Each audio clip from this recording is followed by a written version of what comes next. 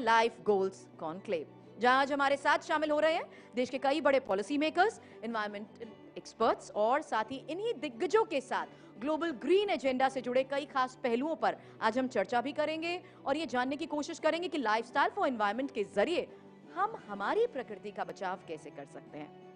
जरूरी हम सबके लिए ये समझना कि इस बात को समझ के अपनी जिंदगी में अमल कैसे हम ला सकते हैं, कैसे इसे और बेहतर बना सकते हैं। साथ ही करेंगे उन ग्रीन वॉरियर्स का सम्मान पर्यावरण संरक्षण को लेकर जिनके लाइफ गोल्स हमारे लिए बन चुके हैं मिसाल। तो जोरदार तालियों के साथ आप सभी का आज मैं यहाँ पर स्वागत करना चाहूंगी और इसी एफर्ट और इनिशिएटिव के तहत हम ये समझना चाहेंगे कि किस तरीके से गवर्नमेंट के साथ जुड़ते हुए TV9 ये खास कॉन्क्लेव कर रहा है और कई खास रिप्रेजेंटेटिव आज हमारे साथ यहाँ पर जुड़ने वाले हैं, उनके साथ भी होगी खास बातचीत। लेकिन सबसे पहले ये खास थीम सॉन्ग।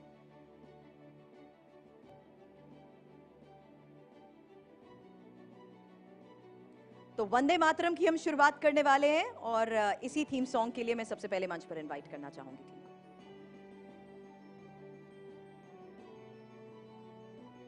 खास बच्चे हैं इस वक्त हमारे साथ हैं, उनको मैं यहाँ पर बुलाना चाहूंगी और आज़ादी के अमृतकाल के दौर में नए भारत का जिस तरीके से जन्म हुआ, वो भारत जिसकी सोच बेहद तेज है, जो दूर की सोचता है और तुरंत फैसले लेने में विश्वास भी रखता है। हमारे सबसे बड़ी खासियत यही है कि हमारी रफ्तार चाहे जितनी तेज हो, हम जमीन से जुड़े रहना चाहते हैं। इसलिए आज जब पूरी दुनिया ने अर्थ को एक हेल्दी प्लैनेट बनाने की राह पकड़ ली है, ऐसे में आज भारत को एक लीडर के रूप में भी देखा जा रहा है और देश की उपलब्धि हमें गौरवान्वित करती है। जहां हम इंडिया के प्राइड की बात कर रहे हैं, वहीं my India my life goals conclave में हम सबसे पहले आपके सामने एक ऐसी परफॉर्मेंस रखने जा रहे हैं जिसमें देशभक्ति का एक खूबसूरत समा ये खास मेहमान आज इस मंच पर बांधने वाले हैं। इसकी शुरुआत से पहले मैं इंट्रोड्यूस करना चाहूंगी, मंच पर आप देख रहे हैं JPM senior secondary school for blind के स्टूडेंट हैं तरुण कुमार और साथ ही रुपेश चौधरी भी, ये भी एक स्टूडेंट हैं JPM senior secondary school for blind Lodhi road new Delhi से, जो इस खास मंच पर आज हमारे साथ हैं।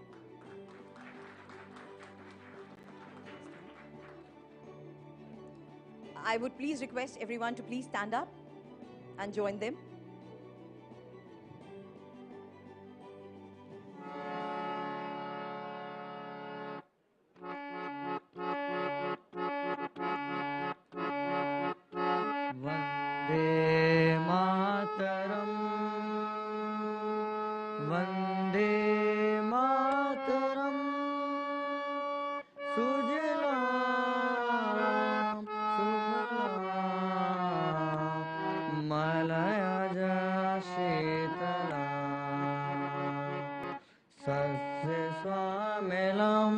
मातरम वंदे मातरम शुभ्र ज्योत्स्ना पुलकित यामिनी पुलक सुमित ध्रुवधर शोभनी सुभासिनी सुमधुर भाषिणी सुखदं वरदं मातरं वन्दे मातरं वन्दे मातरं वन्दे मातरं।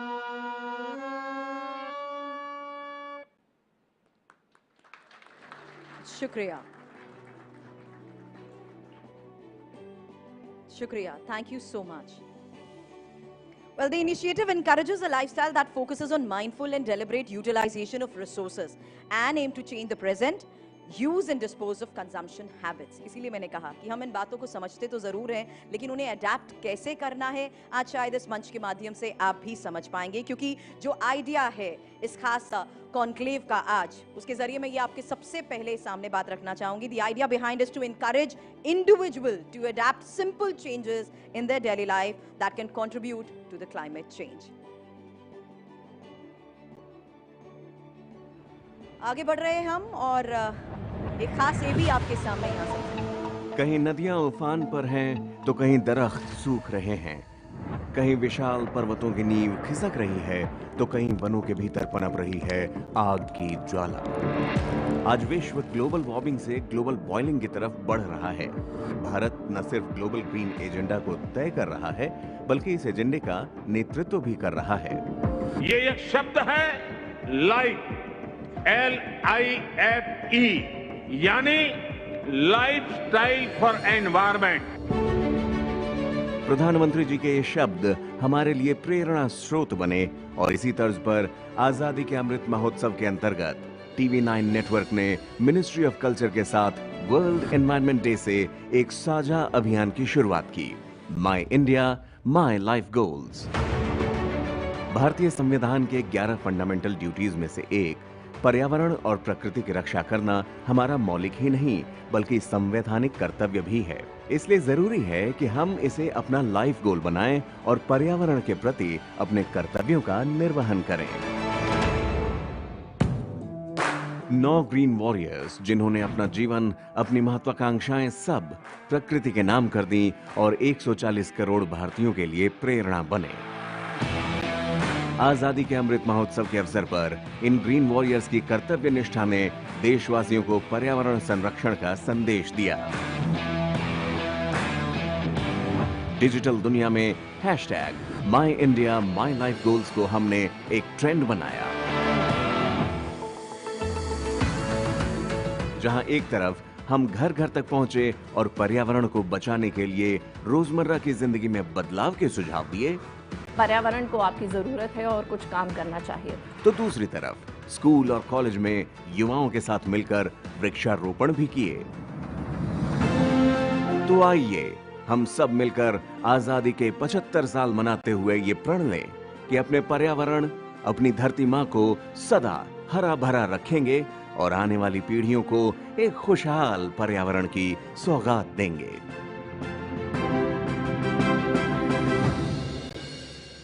माई India my life goals conclave करने की जरूरत क्यों पड़ी, इसका मकसद क्या है, ये इस एबी के जरिए तो आपको भी समझ आ गया होगा। लेकिन किसी भी बड़े लक्ष्य को हासिल करने के लिए जरूरत होती है वॉरियर्स की, और लाइफस्टाइल फॉर एनवायरनमेंट के लाइफ गोल को हासिल करने के लिए देश को कुछ खास ग्रीन वॉरियर्स का साथ भी मिल रहा है। सस्टेनेबल लाइफ को लेकर इन्होंने जो लाइफ गोल सेट किए हैं वो आज पूरी दुनिया के लिए एक मिसाल बन चुके हैं। हमारे बीच देश के ऐसे ही कुछ खास ग्रीन वॉरियर्स भी मौजूद हैं और इन्हीं वॉरियर्स को अब मैं मंच पर भी बुलाना चाहूंगी, जहां सबसे पहले आपको बता दूं मंच पर हमें ज्वाइन करेंगे काना राम। लेकिन इन्हें हम क्यों ग्रीन वॉरियर कह रहे हैं, देखिए। प्लास्टिक इस धरती का दुश्मन है जिसको हमने अपने घर में पाल रखा है। नमस्कार आप सबका, मेरा नाम कानाराम मेवाड़ा है और लोग मुझे कांजी चाय वाले के नाम से जानते हैं।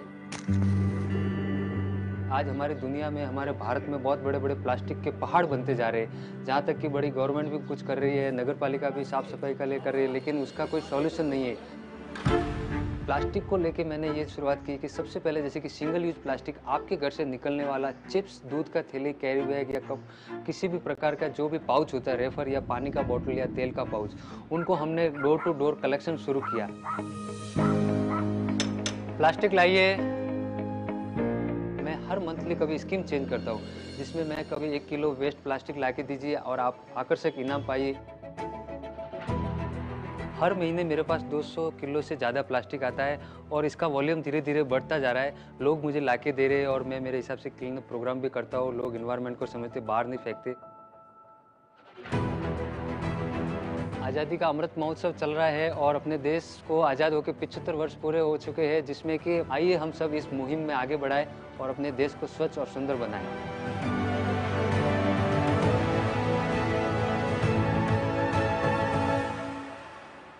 प्लास्टिक फ्री का संकल्प जिन काना राम मेवाड़ा ने लिया है, राजस्थान के ये रहने वाले हैं लेकिन आज हमारे बीच मौजूद हैं और मैं चाहूंगी एक बार फिर से तालियों के साथ आप इनका मंच पर स्वागत करिए। आइए।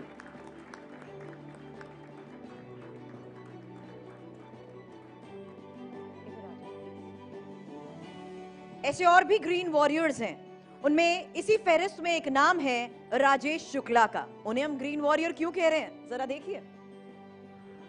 सुबह भोर में प्रातःकाल 5 बजे जब मैं अपने स्कूटर को निकालता हूं तो श्रमदान करके गंगा की तलहटी, गंगा के किनारों पर जो गंदगी है उसको सहेजते हैं, संभालते हैं और उसको कूड़ेदान तक पहुंचाने में मदद करते हैं।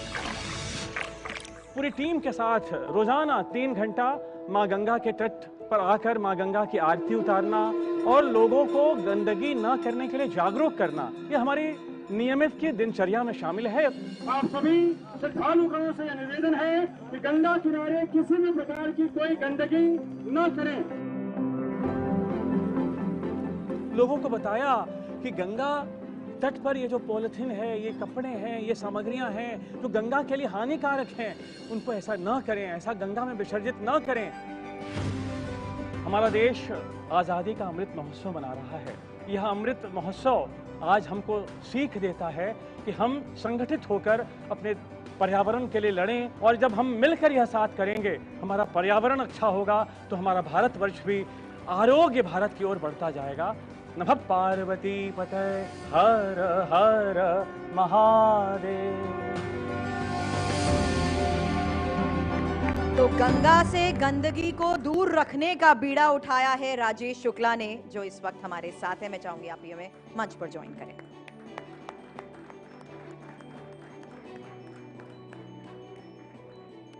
ओके, तो ट्री मैन युवा साथी भी एक हमारे साथ हैं। इन्हें हम ग्रीन वॉरियर क्यों कह रहे हैं, जरा देखिए।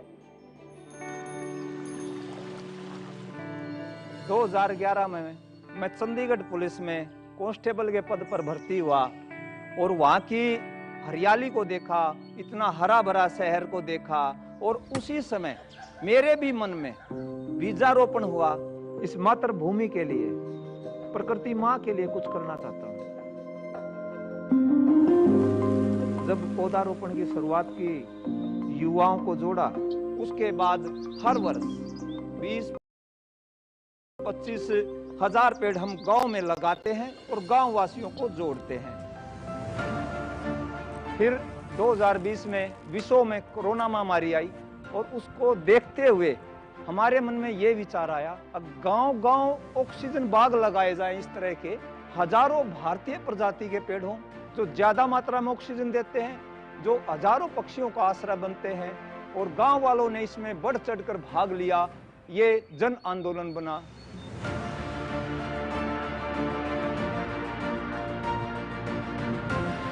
पेड़ लगाना मेरा कर्तव्य ही नहीं, ये हम सब का कर्तव्य है। पेड़ लगाओ, पर्यावरण बचाओ। स्वागत करना चाहूंगी मैं आपका मंच पर। हमारे साथ ये ग्रीन वॉरियर हैं और इनका संकल्प जानते हैं क्या है? इनका संकल्प है ऑक्सीजन बाग लगाने का। सुनने में बहुत अच्छा लगता है, लेकिन उसके लिए कैसी मेहनत करनी पड़ रही है। आज मैं चाहूंगी मंच पर इन्हीं के साथ में अब कुछ ही क्षणों में चर्चा की शुरुआत करने वाली हूं। इनका स्वागत तो हो ही रहा है, लेकिन मंच पर चर्चा से पहले मैं चाहूंगी आप प्लीज स्टेज को सेटअप कर दीजिए। और इस बीच जिस तरीके से इस खास इनिशिएटिव के तहत आज हम हमारे साथ जुड़े हैं, आजादी का ये अमृत महोत्सव है। प्रगतिशील भारत के 75 साल पूरे होने के मौके पर लोग संस्कृति और उपलब्धियों के गौरवशाली इतिहास को तो हमेशा याद करते ही हैं। जश्न मनाने के लिए जिस तरीके से भारत सरकार की ओर से कई पहल की गई हैं, उसमें आम लोग किस तरीके से बढ़ चढ़कर हिस्सा ले रहे हैं। और उसी सोच के साथ ये 3 ग्रीन वॉरियर्स हमारे साथ हैं। किस सोच के साथ इन्होंने ये शुरुआत करी, किस लक्ष्य के साथ ये आगे बढ़ते गए और किस तरीके से इनके छोटे छोटे प्रयासों का ही नतीजा है कि आज हम इन्हें ग्रीन वॉरियर्स कह रहे हैं, इसके बारे में ही हम चर्चा करेंगे। साथ ही क्योंकि अब 15 अगस्त बहुत नजदीक है, हर घर तिरंगा की हम हर जगह चर्चा सुन रहे हैं। बता दें, देश की आज़ादी के 75 साल पूरे होने के बाद से ही हम सभी आज़ादी का अमृत महोत्सव तो मना ही रहे हैं, लेकिन पिछले साल जिस तरीके से हमने अमृत महोत्सव में बड़े ही भव्य रूप से जश्न मनाया, प्रधानमंत्री नरेंद्र मोदी के जरिए शुरू किए गए हर घर तिरंगा अभियान के तहत देश के हर घर में तिरंगा लहराता भी दिखा। और इस बार भी देश की 77वें स्वतंत्रता दिवस के मौके पर हम सभी एक बार फिर से देश की आन बान और शान को आगे बढ़ा रहे हैं। एक बार फिर से हम सभी को हर घर तिरंगा फहराना है, उन ऐतिहासिक पलों को एक बार फिर से दोहराना है, एक बार फिर से हर घर तिरंगा फहराता हुआ देखने का बस पल आ ही गया है। लेकिन अब वो पल भी हमारे सामने है जब इन्हीं ग्रीन वॉरियर्स के साथ हम अब चर्चा की शुरुआत करने वाले हैं। और मैं चाहूंगी कि इन मंच पर तो आप हमारे साथ हैं, आप कुर्सियों पर भी हमारे को ज्वाइन करिए, क्योंकि राजस्थान, वाराणसी और चंडीगढ़ के ये रहने वाले हैं, लेकिन हरियाणा में रहते हैं, ट्री मैन कहलाए जाते हैं। किस तरीके का ये योगदान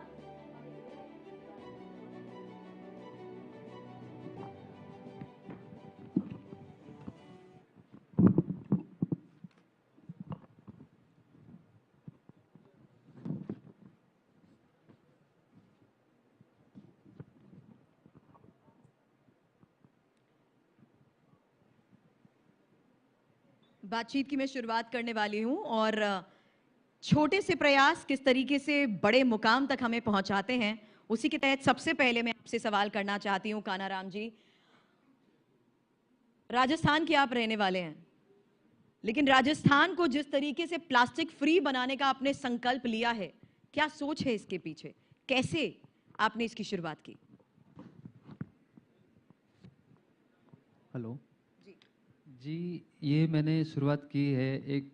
मैं पहले एक बड़ी ग्रुप में एक वेटर था। वेटर के बाद मैंने एक चाय की दुकान शुरू की, जिसमें मेरे बड़े भाई साहब दिलीप जी जैन हैं, वो मुंबई रहते। तो उन्होंने मुझे इस काम को लेके मोटिवेट किया कि हमारा ये जवाई क्षेत्र बहुत बड़ा है, जवाई डैम है, जहाँ पे बहुत बाहर से लोग घूमने के लिए आते हैं। बहुत बड़ा जंगल है, जहाँ पे लेपर्ड के नाम से बहुत फेमस एरिया है। तो इस जंगल को बचाने की मुहिम से हमने एक लोगों को प्रेरित किया, जागरूक किया कि आप ये इतने दूर से घूमने के लिए आए, इतनी अच्छी जगह है, नेचर को बचाने के लिए, अपने पर्यावरण को बचाने के लिए आप इस जंगल के लिए कुछ कीजिए। उन्होंने मुझे सहयोग किया। तो उसी सहयोग के साथ मैंने एक प्लास्टिक की नई शुरुआत की, जिसमें मैं भी, मेरे घर से भी निकलने वाला प्लास्टिक से मैं खुद भी बहुत परेशान था। दुकान से निकलने वाला लोग आके थे, आधा फेंक देते थे, आधा जलाते थे, आधा नदी नालियों में जाता था, जो बीमारियों का रूप होता था। या कुछ जानवर खाते थे, तो वो जानवर का किसी को, अपने भारत में गायों को भी बहुत पूजन होती है, लेकिन मानना ये कि गाय खा रही है, लेकिन उसका दूध किसके पेट में जा रहा है वो नहीं पता, जा रहा तो अपने इंसान और मानव के शरीर में ही है। तो उसी की शुरुआत को लेके मैंने ये एक नई पहल की कि सिंगल यूज प्लास्टिक जो भी घर से निकलने वाला होता है, उसको एक तरीके से लोगों से मैंने घर घर जाके बोला कि आप आपके घर का प्लास्टिक इकट्ठा कीजिए, मैं आपको कुछ सहयोग करता हूँ, मैं आपको कुछ प्लांट देता हूँ। लोग नहीं समझ रहे थे, फ्री ऑफ कॉस्ट में देना नहीं शुरू किया। गांव के लोग हैं, उनको थोड़ा पर्यावरण और नेचर के बीच समझाना बहुत डिफिकल्ट रहा मेरे लिए। तो मैंने एक आइडिया लगाया कि इनको इनके बदले में कुछ देना शुरू करूँ। तो मैंने गांव की महिलाओं को, जब एक हमारी चौपाल होती है, वहाँ जाके गली मोहल्ले में जाके इकट्ठा किया और उनको समझाया कि आपके घर से जो भी आपका कचरा निकलता है प्लास्टिक, वो आपके घर को स्वच्छ सुंदर रख के आप बाहर फेंकते हो, आप बाहर मत फेंकिए, मुझे लाके दीजिए। आप 1 किलो लाके दीजिए, उसके बदले में आप 1 किलो चीनी लेके जाइए। तो ये चीनी वाला फॉर्मूला मेरा काम कर गया, और इसी चीनी के फॉर्मूले के आधार पर मैंने ये एक नई मुहिम शुरू हो गई। और लोग, गांव की महिलाएं जो मुझे चीनी के रूप में जैसे प्लास्टिक घर से लाना देना शुरू किया, उसी के साथ मैंने अपने गांव के युवाओं को भी जोड़ा, गांव के लोगों को भी जोड़ा, जो प्लांटेशन में बहुत ही अच्छा सहयोग मिला। जैसे कि आप भी 1 किलो प्लास्टिक लाइए और एक प्लांटेशन पाइए। और उसी के साथ नई शुरुआत की मैंने गांव के स्कूली बच्चों को, जो बच्चों को बोला कि आप आपके पेरेंट्स को, मदर फादर सबको बोले, आप अब कुछ भी यूज करते हो, चिप्स, कुरकुरा, नमकीन या जैसे भी कुछ भी प्लास्टिक की पानी की बोतल, कोल्ड ड्रिंक, वो आप बाहर नहीं फेंके, उसको आप मेरे पास लाके दीजिए, जिससे मैं आपको आपकी जरूरत का सामान दूंगा। बहुत बढ़िया, बहुत बढ़िया। Round of applause for him, क्योंकि ये कहना बहुत आसान है कि किसी को अपने साथ मकसद में जोड़ सकते हैं, लोगों को इंस्पायर कर सकते हैं, लेकिन उसके लिए जो एफर्ट और इनिशिएटिव लेने की कोशिश की है इन्होंने, वो वाकई बहुत सराहनीय है। अब मैं राजेश शुक्ला जी आपसे जानना चाहती हूँ, गंगा को स्वच्छ रखने के लिए आपके इस समर्पण की शुरुआत कैसे हुई? क्योंकि डिस्पोज ऑफ करना, डिस्कार्ड करना हम सबके लिए बहुत आसान होता है, लेकिन वो कहाँ, किस स्तर तक जाकर किसको कैसे नुकसान पहुंचा रहा है, ये समझना बहुत मुश्किल। सबसे पहले मैं यहाँ उपस्थित सभी सम्मानित जनों को नमस्कार करता हूँ।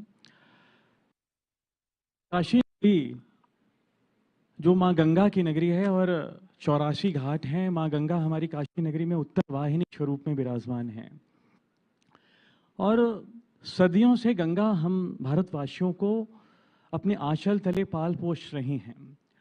और हमारी काशी में जो हमारी आध्यात्मिक शुरुआत होती है, वो माँ गंगा के जल से ही होती है।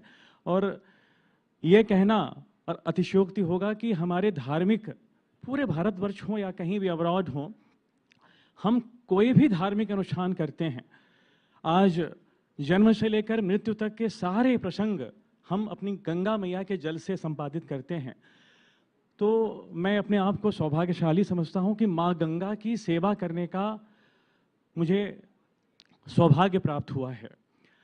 और गंगा मैया का यह कार्य पिछले 9 वर्षों से जब मैंने प्रारंभ किया, वाराणसी के गंगा किनारे ही हमारा निवास भी है, गंगा घाट के पास है। और हम देखते हैं कि गंगा मैया का जल जब हमारे इतने काम आता है, सारे काम, कोई धार्मिक प्रयोजन हो, तीर्थाटन हो, पेयजल हो, सिंचाई हो, सब कार्यों में हमारी माँ गंगा का जल हमारे काम आता है। और उस गंगा मैया में भी लोग जाकर गंदगी भी करने में नहीं सकुचाते हैं। पॉलिथीन में भरकर पुरानी जो पूजन सामग्रियां हैं, कई कई महीने हम घर में रखे रहते हैं, पॉलिथीन में भरते हैं, झोले में भरते हैं, और पुरानी रूढ़िवादी परंपराओं को ध्यान में रखते हुए गंगा में प्रवाहित करने में जरा सा भी सकुचाते नहीं हैं।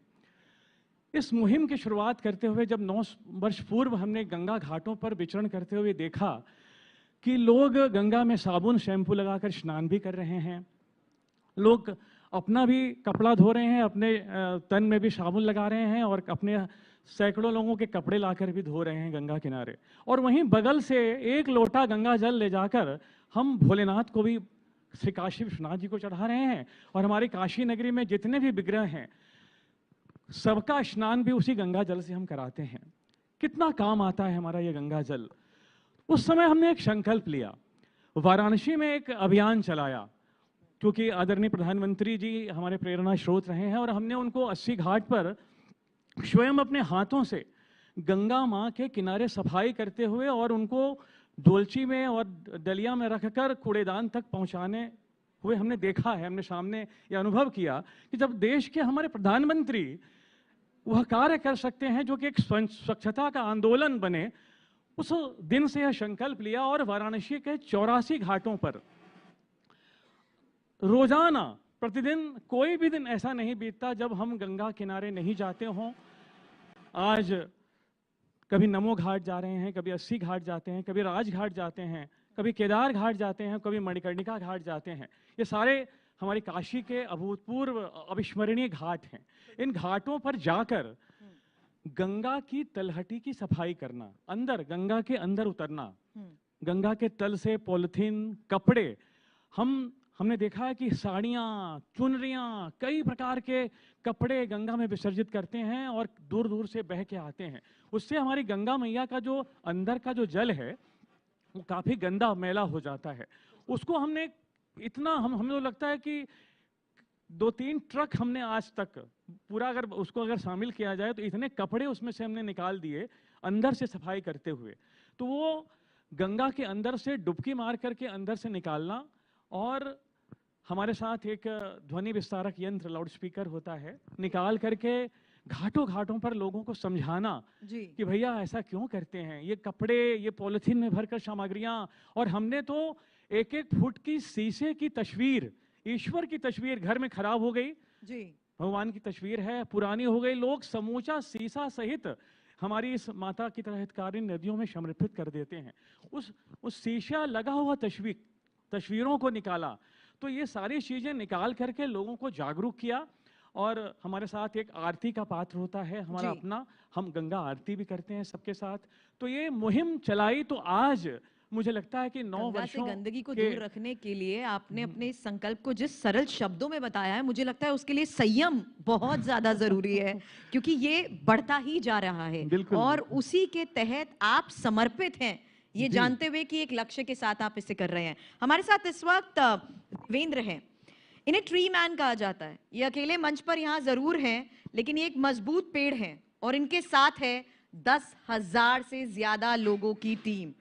ये छोटी बात नहीं है, 1.5 लाख पौधे ये अभी तक लगा चुके हैं, 500 से ज्यादा गांव तक ऐसा अभी तक ये मुकाम हासिल कर चुके हैं। गलत तो नहीं कह रही? अब ये सोच, उस सोच को अमल में लाने के लिए कैसे आपने ये कोशिश करी? आप मजबूत हैं, इसीलिए आज आपके साथ 10,000 लोगों की टीम है।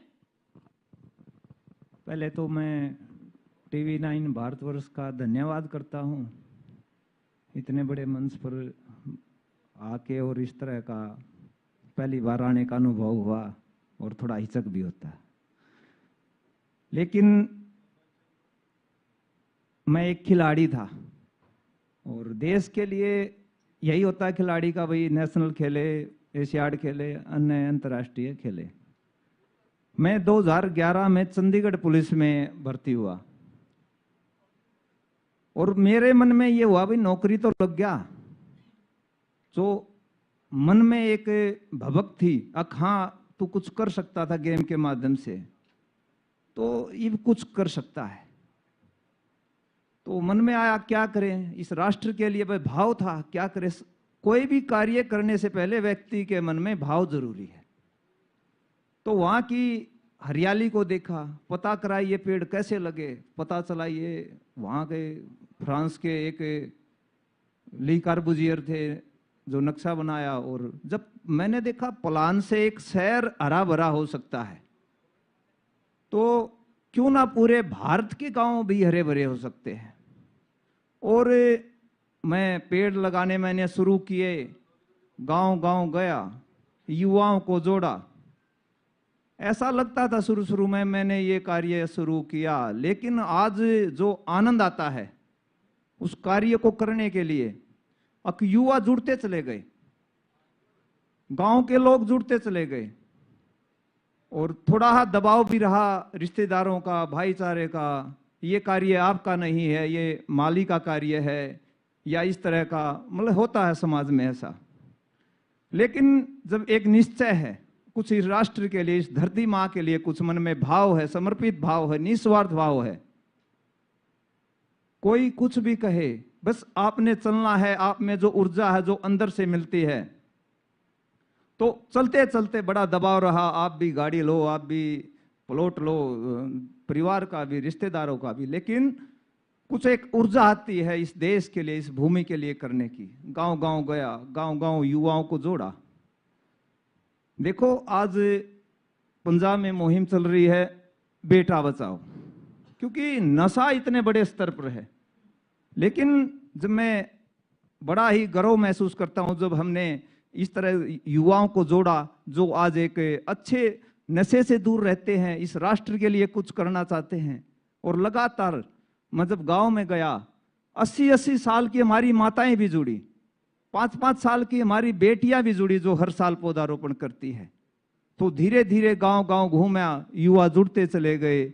और उसके बाद कोरोना जैसी महामारी आई, हाँ, पूरे विश्व में, जिसने पूरे विश्व को हिला दिया। हाँ, प्रकृति भी कोई चीज है, मनुष्य भी इसका कोई हिस्सा है, नहीं तो मनुष्य भूल गया था हम प्रकृति का हिस्सा है। लेकिन जब उसने देखा भाई आसमान साफ है और अलग अलग तरह के पक्षी भी दोबारा आ गए हैं, लुप्त होती प्रजातियां आ गई हैं, तो उसके बाद मन में आया कुछ ऐसा किया जाए। उत्तर भारत में, मैं हरियाणा में बोलता हूं, बनी होती थी, फॉरेस्ट लैंड होती थी हर गांव में। गांव उसी को बोला जाता है जिसमें गांव वासियों के साथ वहां के तालाब हों, वहां के जो मुख्य जीव जंतु हों, एक फॉरेस्ट लैंड हो, उसी को मिला के गांव बोला जाता है। ये नहीं गांव में व्यक्ति रहते हैं, सभी पशुधन, जीव जंतु, सभी पक्षियों को मिला के गांव बनता है। ऐसा वातावरण, तभी उसका नाम गांव दिया गया है। बहुत अच्छी बात आपने कही है। कोरोना के बाद के हालात ही एक सबसे बड़ी वजह रही कि आप इसे ऑक्सीजन बाग कहते हैं। शुरुआत आपने करी, सहयोग आपको मिला, ऐसे में आर्थिक मदद। देखो, जैसे मन में जब भाव कुछ करने का हो, शुरू में मैंने बताया जैसे भाई दबाव रहा, आप पैसा। राजीव जी, यही सवाल मेरा आपसे भी है। सहयोग शुरुआत समझ आती है, लेकिन उसमें आर्थिक मदद की भी तो जरूरत होती है उसे अमल में लाने के लिए। एक्चुअली आर्थिक रूप से तो जब आपको संसाधन मिलते हैं तो ज़रूर आपके साथ जब लोग जुड़ते हैं तो ज़रूर आर्थिक तो मदद मिलनी चाहिए भी। लेकिन आज तक पिछले 9 वर्षों में हम तो अपने स्वयं के तन मन धन से ये कार्य करते आ रहे हैं। जी, आपने क्या ऐसी सिचुएशन फेस करी है जहां आपको लगा कि लोग तो जुड़ रहे हैं लेकिन और आगे बढ़ने के लिए आर्थिक मदद की भी जरूरत है?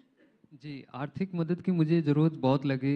दिलीप जी ने तो मुझे सहयोग किया, लेकिन वापस जो गांव के हमारे बड़े बड़े भामाशाह हैं, तो उनको मैंने मोटिवेट किया कि आपके घर में आज आपका जन्मदिन है, बच्चे का जन्मदिन है, जी। आज आप ही उसी जन्मदिन के जो भी खर्चा होता है उसी के लिए आप अपने बच्चों के लिए या गांव के बच्चों के लिए प्लास्टिक की मुहिम चल रही है, उसमें भी आप कुछ सहयोग कीजिए। तो बड़े बड़े भामा को सहयोग से आज उनकी तरफ से कुछ बुक हो गए, कुछ पेंसिल हो गए, कुछ प्लांटेशन हो गए, चीनी हो गई, तो उन सब के सहयोग से मैंने ये मुहिम को और आगे बढ़ाना शुरू किया, पीछे नहीं हटा।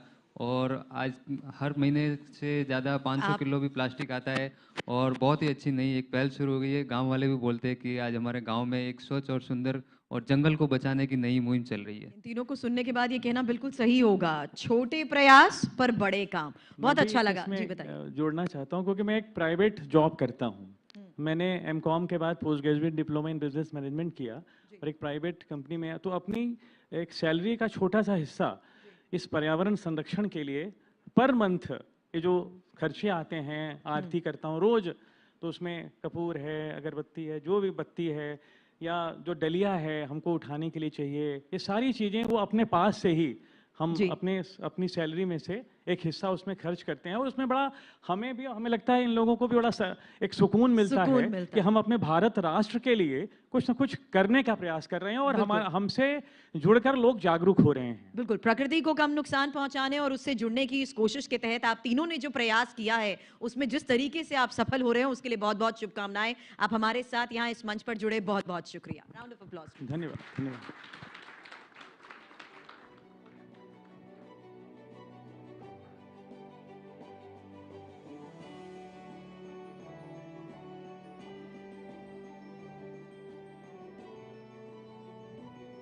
चलिए, आज़ादी के अमृत महोत्सव में जिस तरीके से हम सभी का योगदान बहुत ज़रूरी है, उसमें इन ग्रीन वॉरियर्स को सुनते हुए भी एक अच्छी सीख हमें मिली है यहाँ पर। लेकिन क्योंकि हम आज़ादी के अमृत महोत्सव की बात कर रहे हैं, तो भारत की सामाजिक, सांस्कृतिक और राजनीतिक और आर्थिक पहचान को प्रगति की ओर ले जाने के लिए जिस तरीके से ये प्रयास किए जा रहे हैं, उसमें आज़ादी का अमृत महोत्सव ही एक खास पल है जब आप और हम इसके जरिए जुड़ते हुए इन्हीं उपलब्धियों के बारे में जानते हैं और सीख लेने की भी कोशिश करते हैं। हालांकि 15 अगस्त जिस तरीके से नजदीक है, हम उसकी ओर बढ़ रहे हैं। आज़ादी का ये अमृत महोत्सव है, उसका उद्देश्य जिन अलग अलग अभियानों के तहत यहाँ पर चल रहा है, आज यही एक खास मौका है जब इस इनिशिएटिव के जरिए मैं ये कह सकती हूँ, my India my life goals conclave के जरिए हमें एक बड़ी सीख मिल रही है, क्योंकि ये एक ऐसा इनिशिएटिव है जो हमें इनकरेज कर रहा है अपने लाइफस्टाइल में छोटे छोटे बदलाव लाने के लिए। And to go ahead further with this, I would like to add on, the initiative encourages a lifestyle that focuses on mindful and deliberate utilization of resources and aim to change the present use and dispose of consumption habits. चलिए अब हम आगे बढ़ेंगे। भारत ने हमेशा complex problems के innovative solutions देकर दुनिया को इंस्पायर तो जरूर किया है। सस्टेनेबिलिटी का पार्ट तो हमने पुराणों से ही सीखा है और ये तो हमेशा से हमारे ट्रेडिशन या कल्चर का ही हिस्सा रहे हैं। आज हम सोलर और विंड एनर्जी में ग्लोबल लीडर के तौर पर भी उभर रहे हैं। हालांकि कुछ और फैक्ट्स आपके सामने रखना चाहूंगी, क्योंकि साल 2021 में कॉन्फ्रेंस ऑफ पार्टीज यानी ग्लासगो में हुए COP26 कॉन्फ्रेंस के दौरान ही प्रधानमंत्री नरेंद्र मोदी ने साल 2070 तक नेट जीरो एमिशन हासिल करने का लक्ष्य निर्धारित किया था। और इसी कड़ी में इंडियन रेलवे ने 2030 तक नेट जीरो एमिशन का लक्ष्य भी रखा है और इसी के साथ हमने सबसे पहले LED बल्ब्स को बढ़ावा देने का अभियान चलाया है। हालांकि इससे भी सालाना 4 करोड़ टन एमिशन लगातार कम जरूर हो रहा है। ग्रीन हाइड्रोजन से डिकार्बनाइजेशन और अर्थ को सस्टेनेबल प्लैनेट बनाने के लिए भारत जिस तरीके से तेजी से आगे बढ़ रहा है, भारत सरकार ने फ्रांस के साथ मिलकर इंटरनेशनल सोलर अलायंस की शुरुआत भी की है। अभी भी हमारे लक्ष्य हैं और ये लक्ष्य थोड़े दूर जरूर है, लेकिन आज अपनी इसी ज्यादातर ऊर्जा जरूरत को पूरा करने के लिए थर्मल पावर पर भी हम निर्भर हैं। भारत जैसे विकासशील देशों में ऊर्जा जरूरत लगातार बढ़ जरूर रही है, लेकिन सिर्फ ग्रीन एनर्जी से इसे पूरा करना एक बड़ी चुनौती बन चुका है। इस बड़े निवेश का मुद्दा भी बहुत अहम हो जाता है। एक और कई ऐसी जरूरी बातें हैं जिसको समझना हमारे लिए आज के वक्त में बहुत जरूरी है और उसी के तहत अगले पैनल डिस्कशन की हम शुरुआत करने वाले हैं, जहां India setting the global green agenda में इस पैनल को मॉडरेट करने वाले हैं और उसी के लिए मंच पर मैं बुलाना चाहूंगी हमारे सहयोगी कार्तिकेय शर्मा को।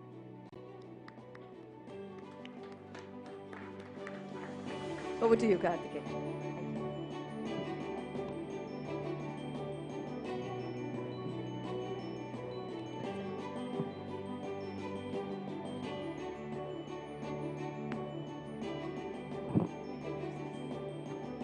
Thank you so much, Surbi. Thank you.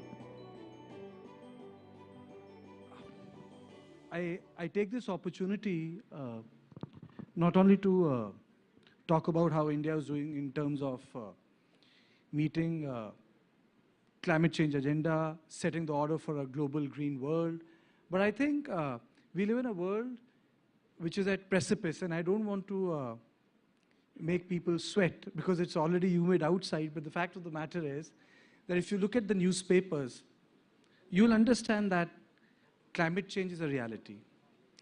It's not something which we used to watch in films 5 years ago. It's not something which would happen in the next 50 years. It's not something which will not touch our lives. It is something which will impact both rich and poor equally. And for this, the initiative taken by our Prime Minister Narendra Modi is important. Prime Minister of India, Narendra Modi ji, has set a target, 2070, zero carbon emission, non-fossil fuel energy to 500 gigawatt. Now, the question is, can that be delivered? Can those statistics turn into reality? Can we increase renewables in our system, connect our discoms with solar and wind? We have done well. It's not as if we have not done well. You'd be surprised to know, and if my memory serves me right, 16% of our energy requirement is also drawn from solar, and I think 11% from the wind. So we are doing well. Unlike the French, which draw 50% of the power consumption from the nuclear energy, India is making great strides under Prime Minister Modi's vision today. So on this August occasion and our My India, My Life goals, I'm very happy to invite two distinguished personalities on stage. One, a pioneer in fashion, doesn't need an introduction. Rituberi ji, please, I invite you to come to the stage. Who's worked on sustainability, khadi, ethnic wear, and Rashmi sir. He has a long introduction, but I think it's important for you to know that he has served in various capacities. He is a distinguished fellow and program director, Earth Sciences and Climate Change, TERI, former chairman, UPSC, and former secretary, MNRE. He has worn many hats. So, sir, my first question to you is, you can take the mic. You can also check whether, okay. My first question to you is, there is an agenda we have. There's a climate change which is facing us. It's going to change the lives of the poor people. But there are technological interventions, there are targets, there are disruptive technologies we have in our front of us, like lithium, hydrogen, solar, wind. So first thing is, how are we setting the global agenda in G20 and by Prime Minister shepherding the global South? Thank you very much. You said that climate change is upon us, so it's a huge global problem. But there are two aspects of this problem. One is the source of climate change, the reason why climate change is happening. That's, all of us know, it lies in the way we use energy, primarily the fossil fuels. And the second is the impacts of climate change, how it affects us. You know, and it's not the rich people who get affected by climate change much. It is the poor people, people who live on the margins of the society, who are vulnerable to climate change. You know, there are natural threats of all kinds: floods, extreme weather events, huge precipitation, prolonged droughts, things like that. But it is the people whose means of living is low. They are the ones who get affected by this. India is a country which has been affected by climate for thousands of years, and it is known as not climate change, it's known as climate variability. You know, the variation in the climate, you can see we have long summers, we have long winters, we have long rainy season. It is not a usual weather which developed countries have. People in the US, people in Europe are not used to this kind of weather, variability in the weather. So their climate has always remained stable generally. So for them, climate change is a huge new monster.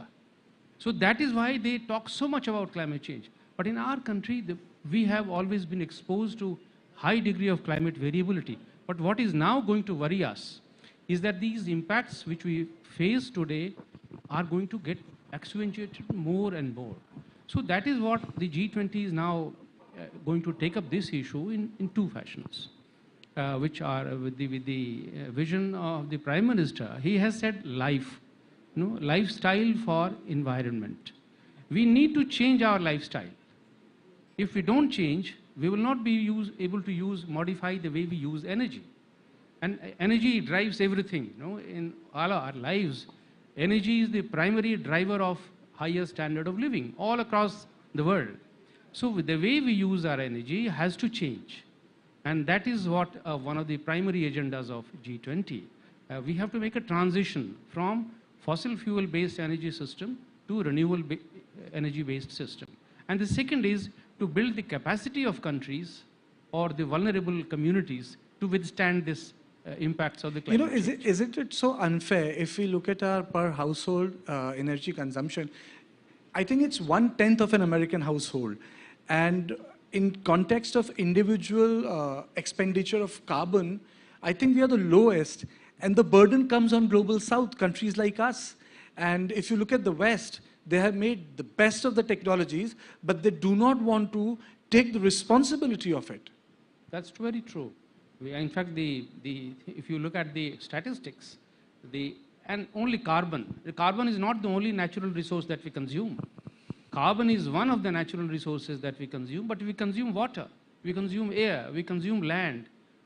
Everything, the entire ecosystem gets affected by the way we live. So, but carbon becomes prominent because carbon causes climate change. So, so what is happening is that our average consumption of carbon is one of the amongst the lowest in the world.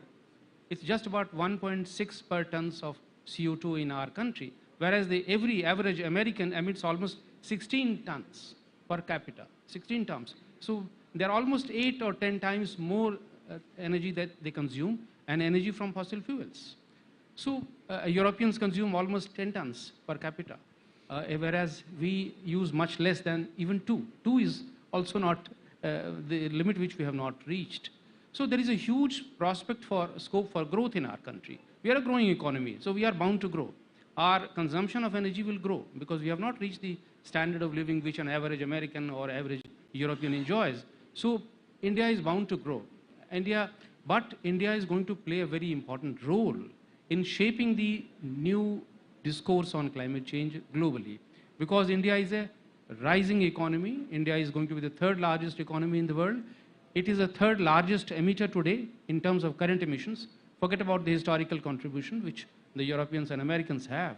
But it's a growing economy and it's the third largest emitter today. So it has a very huge role to play in that kind of transition that we are going to make from coal, from oil to renewable energy. And that's the vision which Prime Minister has laid out. So we have to play a very important role. But unfortunately, as you said, the developed countries or the major economies of the world have not done as much as they should. In fact, they have not brought down their emissions despite the fact that they were asked to bring down. I think the war in Ukraine clearly shows that their appetite for neither gas or oil has come down. Absolutely. They have circumvented entire process. Rituji, tell me one thing. When we talk about fashion, the entire imagination is limited to the show. But then fashion is also about clothes. It's about sustainability. Hindi में जैसे कहते हैं इसमें कुटीर उद्योग भी आता है. Cottage industry is also come. How can clothes, sustainability, and greenness in context of manufacturing can be enmeshed? Is it possible? I think the whole world today is talking about green fashion. The whole world today is talking about sustainable fashion. The reason for that is, like Mr. Rashmiji said, that there is a lot of impact on the environment. There is a lot of kids today. I mean, I have a 15-year-old kid who comes home from school, and she is taught in school that you have to be very careful. It's your future in times to come. There's going to be no water. There's going to be, you know, winters are going to be summers and summers are going to, in simple language. And I think that is something that is the future for us, to have our kids understand the impact, because they are not going to understand all these, you know, big words. They just need to understand that the world for you has to be a better place. And for that, you have to be as green, as careful, as vigilant as you can be. Coming back to what you said about fashion, I think we have to be very careful, we have to be very vigilant about what we buy, from the fabric to the garment. And what we produce. And of course what we produce, because everything is not about, you know, commercial, everyone is commerce driven. So it's a May very, I add very... the third thing, ma'am? Sorry? What can be repurposed? Circular economy, which Prime Minister spoke about. I agree. I think Mr. Modi has done an incredible job of creating awareness for the world, for at least for our country. And I do believe that we are blessed with a fabric like khadi. And you know, khadi is a real symbol of sustainable fashion. It's a real symbol of a green fabric. There is zero carbon footprint. Khadi is, we used to call it the air-conditioned fabric, because you can wear it in the summer and in the winter. It's much, you know, we always believed it was a fabric for politicians. It was for senior citizens or for older people. But today we have a lot of young people wearing khadi, because they realize that there's so much variety. It's not very expensive. Of course, you can get a very expensive range of khadi, but it is a true symbol of India, a true symbol of Make in India, and a true symbol of green India and a green fabric. So there are many options in this world. We just have to be careful, you know. And I mean, it's very, very easy to put the blame on others and say they should do it first. I think each one of us needs to take that responsibility to create the movement. So as a designer, I believe that in my organization, I put a stop to plastic, for instance. I put a stop to anything that is not reusable, something that is not organic. For instance, khadi is very, very organic. And what do you think that khadi needs to do, or khadi should be doing, to even more broad base itself, you know? There's another session, but you know, because you spoke about khadi, you know, it's like a health food. It becomes a fad. It doesn't become your lifestyle, you know. You slip back into your old habits. What is required to broad-based this sort of a consumption? Yeah, but you know, to popularize khadi. Like you said, it's health-based and not a lifestyle. If you don't make living healthy your lifestyle, it is useless to do these binge diets and binge short-term things. So if we really want to create a change, and if each one of us takes it upon ourselves, that the world will change because of me. Because I really do believe each person creates that difference, makes that difference, and creates that opportunity. So if each one of us take it upon ourselves that I'm responsible to change this world, I think there will be a change. I think there will be a difference that we will see. For instance, in my kids' school, everyone's carpooling. Mm-hmm. You know, and at one time, each kid used to go in one car, maybe from the same destination. Now, that's a big change. Okay. Rashmi, you know, I was going through some data, and I found that the cost of the solar power in last 50, 60 years has gone down by 84%. And the cost of wind down by 49%. So why don't we see that solar wind revolution? If the cost is coming down, why aren't we witnessing a revolution? It should have been a revolutionary change. That's an interesting point. Thank you very much. What has happened is that we are a coal-consuming country. I mean, even the US is consuming more coal than we do at the moment. But we are changing. You know, in the last 15 years, what has happened is that the price of solar power has come down compared to coal-fired power. We have large number of coal-fired plants, but we also have solar power plants now. We have wind power. You are right. Even the coal consumption is up by 16% in the last... Yes, but coal is around 4 rupees per unit today. But solar power is around 2.5 today. So it's lower than, but it is a variable cost. You know, the cost of, you know, the power when the sun is shining, but when during the night there is no sun. So you can't produce solar power in the night. Similarly, wind power, when the wind blows, you have wind power. So the variable cost of solar and wind power is lower than coal today, but it is not enough for us because we need power during the night when we have the maximum peak demand of power. So we need to store energy. And that storage system is not available to us today along with solar and wind. So if you include the cost of storage on the cost of transmission and the cost of banking the power, then the total cost goes higher than coal. So coal is still a very reliable source of supply for us, just as nuclear is. So nuclear fire, the hydroelectric plants, nuclear fired plants and the coal fired plants, they are still the largest source of power because they are producing power 24 hours of the day. And they can raise the demand, according to the demand, they can raise the production as and when you reach, but it cannot happen in solar and wind. So what we need is a new technological innovation along with solar and wind to store the energy which we produce during the day. So is this the reason why that the integration of the DISCOM with the non-renewables is not taking place, which the people have been writing papers on? That's one reason why the DISCOMs are slightly averse to using a renewable energy, because they have long-term purchasing power agreements with the state governments, with the consumers. You know, they are accessing power 24 hours of the day. So coal plants are still able to supply them power at a lower cost. But if they use only renewable energy, they can source the energy, but they cannot supply it when the peak demand goes up. So that time they still have to resort to coal.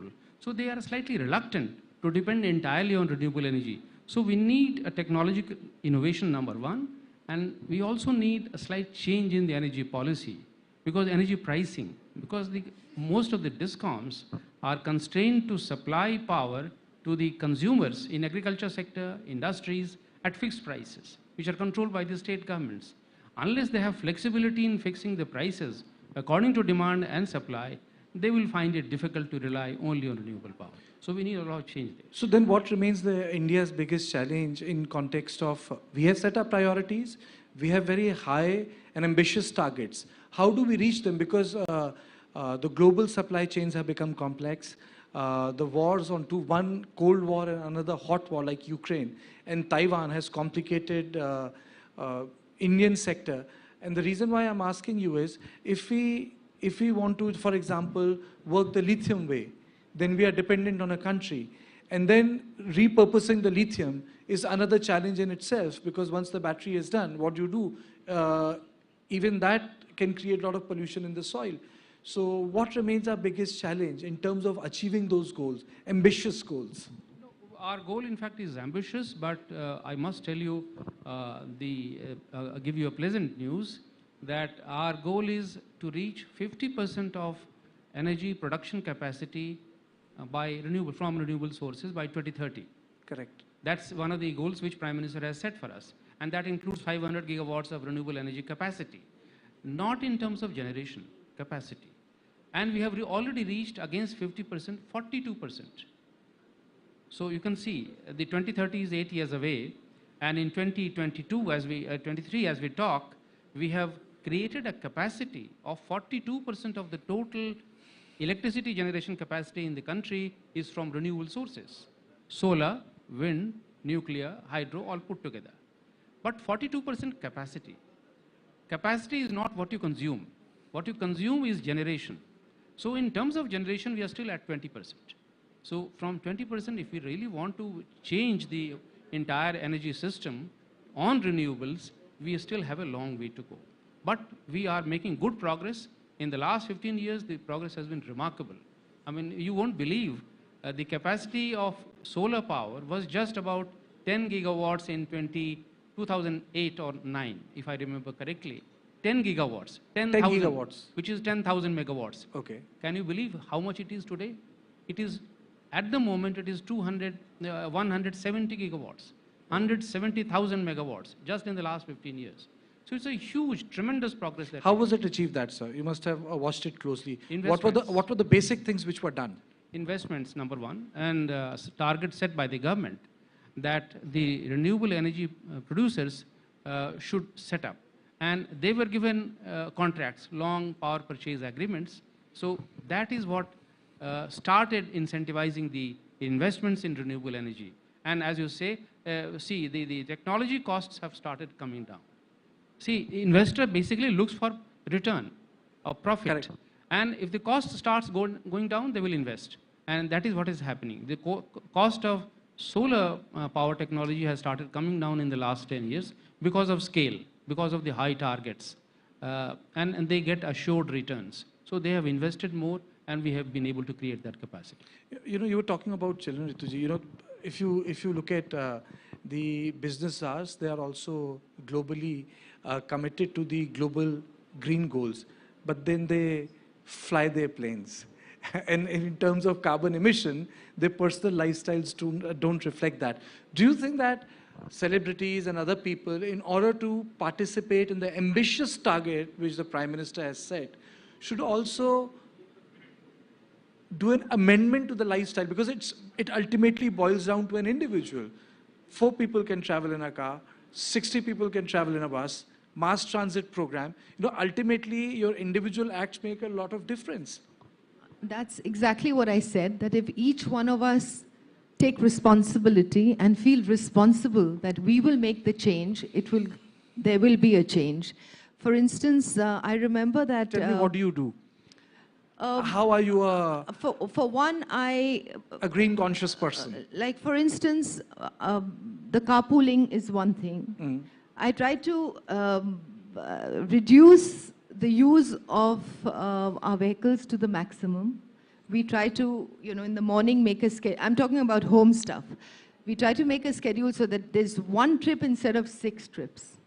You know, that's one thing.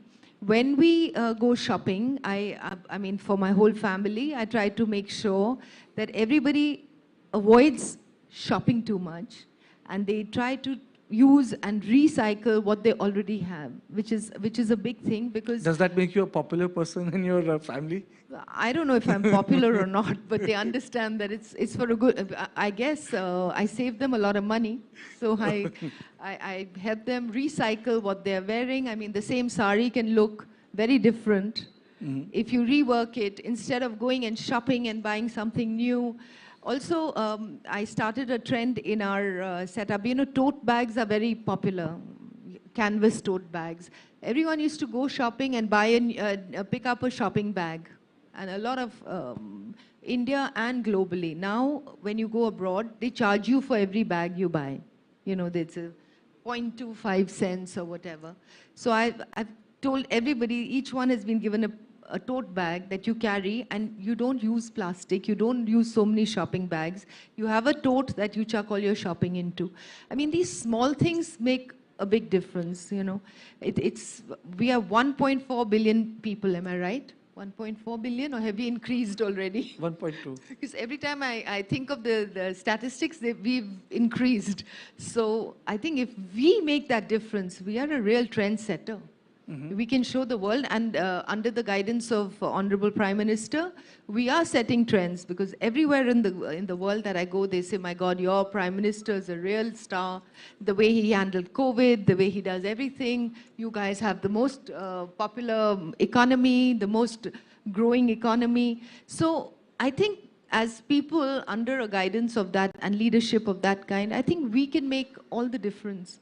You know, in terms of making the difference... Also, sorry, one more thing. Even beauty products now, when I talk about cosmetics, they are also very, very aware of organic and green products. You have an organic boom. You know? You have shops all around which says organic. Yeah, but for a good reason, you see. And we can say that it's all blah blah and it's all talk right now, but it's the blah blah that converts into real living. You know, you have to start talking about it. You have to start telling people. When I became an advisor for KVIC in 2016, if I've been that's khadi. That's khadi. People did not use khadi. I never heard about khadi. And then when we started working and we started talking about how trendy it is, how beautiful it is, every designer was doing khadi. You were using khadi for bridal outfits. I've done a bride in khadi. For Diwali, people were wearing khadi. So that was a change. It starts with one person and then it escalates. So I think each one of us plays a huge role. Rashmi ji, this word I used in context of fashion, but in context of our expanding economy. Prime Minister yesterday in his speech said he expects another no confidence vote in 2028 and will be a 3 trillion economy. It was part of a report in the Lok Sabha. But the point is that we are looking at a place where we are number 3 in the world economic order. In that context, what sort of disruption we need to bring about, in your experience, so that renewables get integrated into the non-renewables properly, synergize? Because we cannot say that fossil fuel will not be there. I think then someone is really living in a fool's paradise. They will have a role to play. But how do we increase the integration of the non-renewables and renewables? Yeah. And as we discussed, it is happening. The transition or movement away from a fossil fuel-based economy to a renewable energy-based economy is happening now. As I said, in terms of capacity, electricity generation capacity, it's 42% that we can generate from solar, wind, nuclear, and hydro. But the challenge is to feed it into the grid and make it available to the consumer 24 hours of the day, 24 hours day and night. So that challenge involves producing energy in a manner which is green, completely green. And so and where is this energy consumed?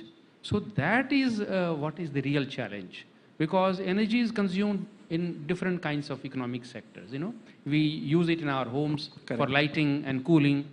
The industry uses it to produce cement, steel, textiles, a lot of things, plastics, everything, pharmaceuticals, chemicals, and these are all highly heat-intensive industries. They are extremely high users of coal and fossil fuels. We have transport industry. The transport, we have vehicles, automobiles, buses, trucks, they all ply on oil. So we need to change that. Agriculture uses high degree of fertilizers. Correct. Fertilizers are extremely carbon intensive. That's why Prime Minister is focusing on the millet campaign. Yeah.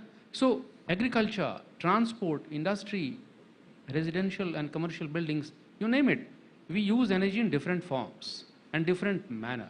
So we need to change the way we produce energy and we consume energy. So how can we change?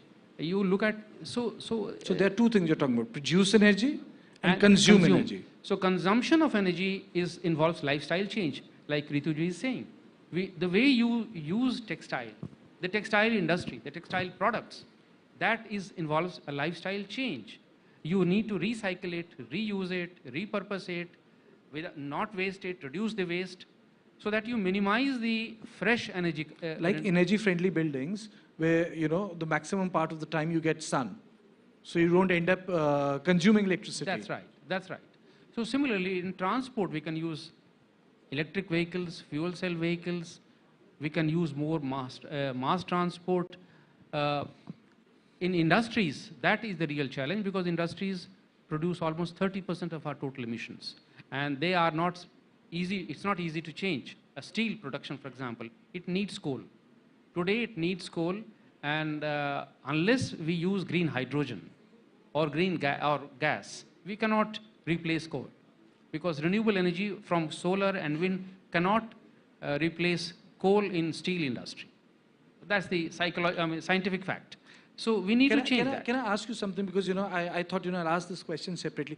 Do you think blending in green hydrogen is the way forward? It is, certainly, as I said. And is it sustainable in the long run? In the long term, like the way Americans shifted to shaling for some time 5 years ago. Oh, they use gas. Shale is gas, not green. Shale is certainly not green. It is natural gas, and it is a fossil fuel. So it is not green. But it is greener than coal. Correct. It's greener than coal, yes. Less carbon intensive. Yes. But the problem is, yes, if you can shift from coal to gas, you can reduce the emissions, but it is still expensive, more expensive than coal. So you can't afford to increase the prices of the steel and cement and all the products that you use in the economy. You cannot increase the... So when you reduce the emissions by changing the way you produce energy, you are also increasing the prices of the electricity, prices of all the products that you use in the economy. We have to be prepared for that. Is our economy prepared to do that at this level of development? That is the kind of balance which we have to achieve. But in the long term, certainly there is no doubt that in India, a country like India, which has very low resources in terms of energy, we have nothing else except coal. India doesn't produce oil. India doesn't produce gas. India doesn't produce nuclear energy. We don't have uranium supplies. So we don't have access to all the supplies that the other developed countries have. We have a severe problem to contend with here. So, but in the long term, we have to prepare a sectoral transition strategy as the way we produce energy, green hydrogen, and it's still costlier than coal by 3 times at the moment. But it is hoped that if we start producing on a scale, higher scale, then the cost starts coming down, just as solar energy costs have come down. In the next 15 years, it will hopefully. So, what is the question was, what do we do in the long term? Yes. In the long term, we prepare a growth strategy where we look at each sector differently. Transport, energy, agriculture, residential and commercial buildings. Each sector has its own requirement in terms of energy. We produce that energy in renewable or green form. And secondly, most importantly, we change the lifestyle. The way we use the products. We use the timber, plastics, steel, textiles. We need to reuse, recycle without wasting the natural resources. Then we will be able to contain this severe problem of climate change. And I think at the end of the session, I would also say that the climate change has, as you very rightly pointed out, has changed a lot of things for us. For example, there's a word in Hindi which everyone would know is associated with monsoon, puhar. But if you look at the rain pattern, it's like a deluge. The sort of rain which Delhi has witnessed in 2 years, it's like someone has opened a water tumbler from upstairs. This is very unlikely of a monsoon, which would have been a very gradual drench. And secondly, the patterns have changed. The western part has become wetter. The eastern India is becoming slightly drier. So I think what we also require, which we call is disrupting technologies, disruptors, so that we can make best of, unfortunately, what we have created, because now the capping is supposed to be at 1.5 degrees Celsius, and this is the reality. So in this context, the whole goal setting in context of a green India and India setting the lead for the world for lower carbon consumption is very, very important. And on this note, I thank both of you for participating in this special edition of our program, My India, My Life, My Goals. Thank you, all of you.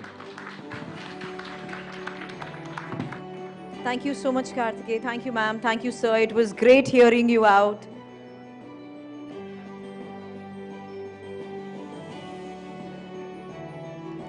Thank you, sir. Thank you, ma'am. Thank you, Karthikeya. It was great hearing you out. And I think इस session के बाद क्या हम ये कह सकते हैं, Karthikeya? We should reuse the past, recycle the present, and save the future.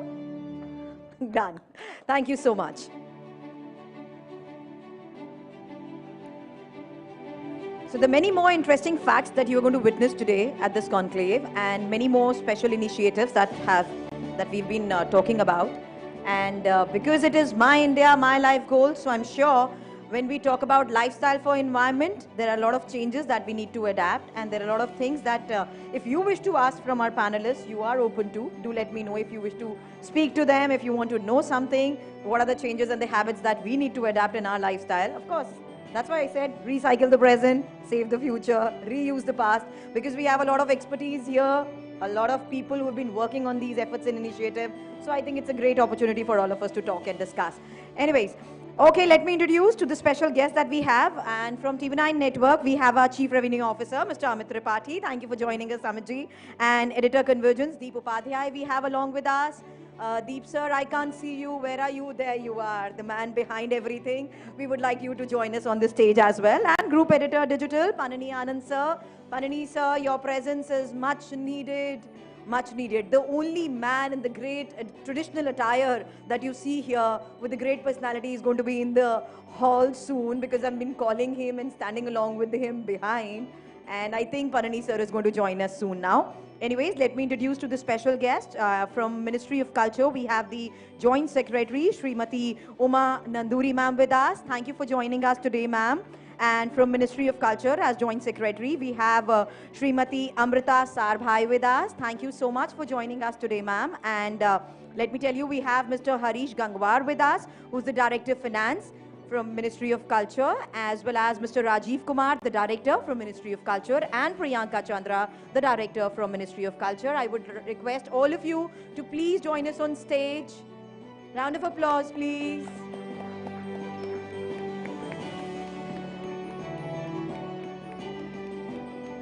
I request if anybody could please call Panani sir also to join us. LiFE sir. Thank you so much. It's a pleasure having you with us, ma'am.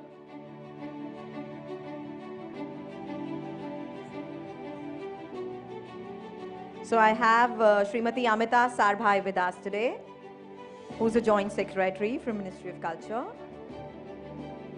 Well, a great capture.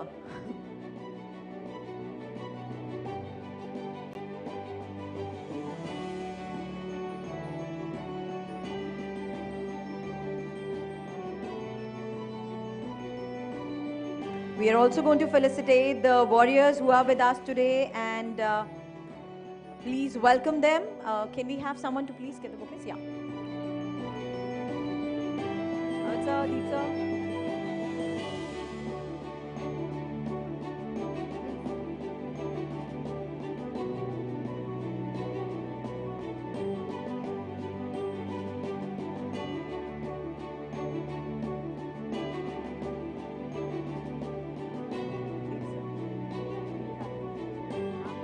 Sir, please, I would request you to please welcome them, hand over the bouquet to them. Thank you for your precious time. Your presence means a lot on this platform. A great initiative.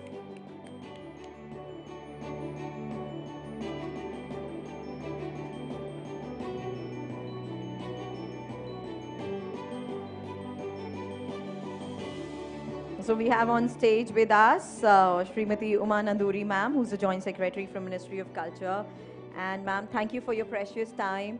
As I said, it's a pleasure having you with us on stage today.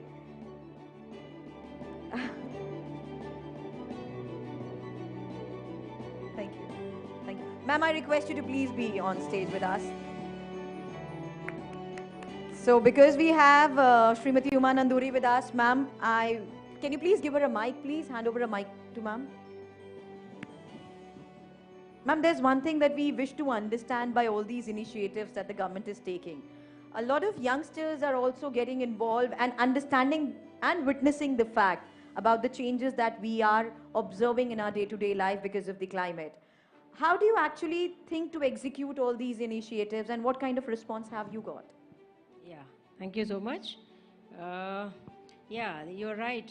Under the honorable leadership of our honorable Prime Minister, Azadi Ka Amrit Mahotsav has started from March 2021, and from then onwards our journey has grown by leaps and bounds. We have just graduated from whole of a government approach to the whole of a people approach, and we are working on 9 themes, and life is one among them. In other themes like water conservation, culture pride, and many more themes we are working on it. And this is not Ministry of Culture's activity alone. It is all the department, all the people in the country, we are working together. And as you said, and Madam Ritu Madam also told in this thing, the life goals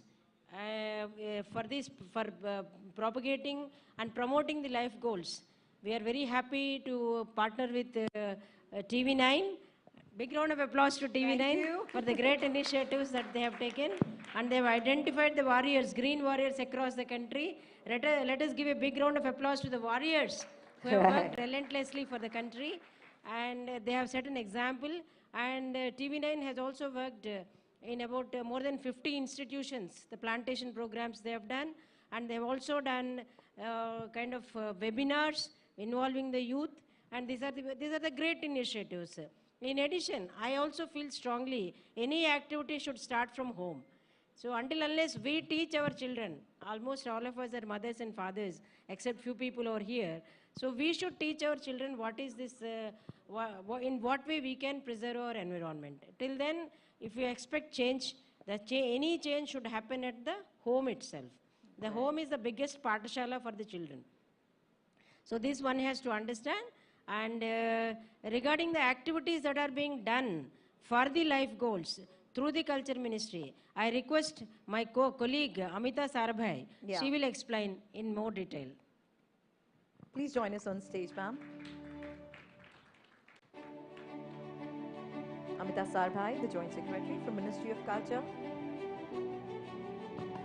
Thank you, Uma. Thank you for inviting me to this forum. So the biggest question, you know, when we talk about environment and if culture is said in the same breath, the question which arises in everybody's mind is, what has culture to do with environment?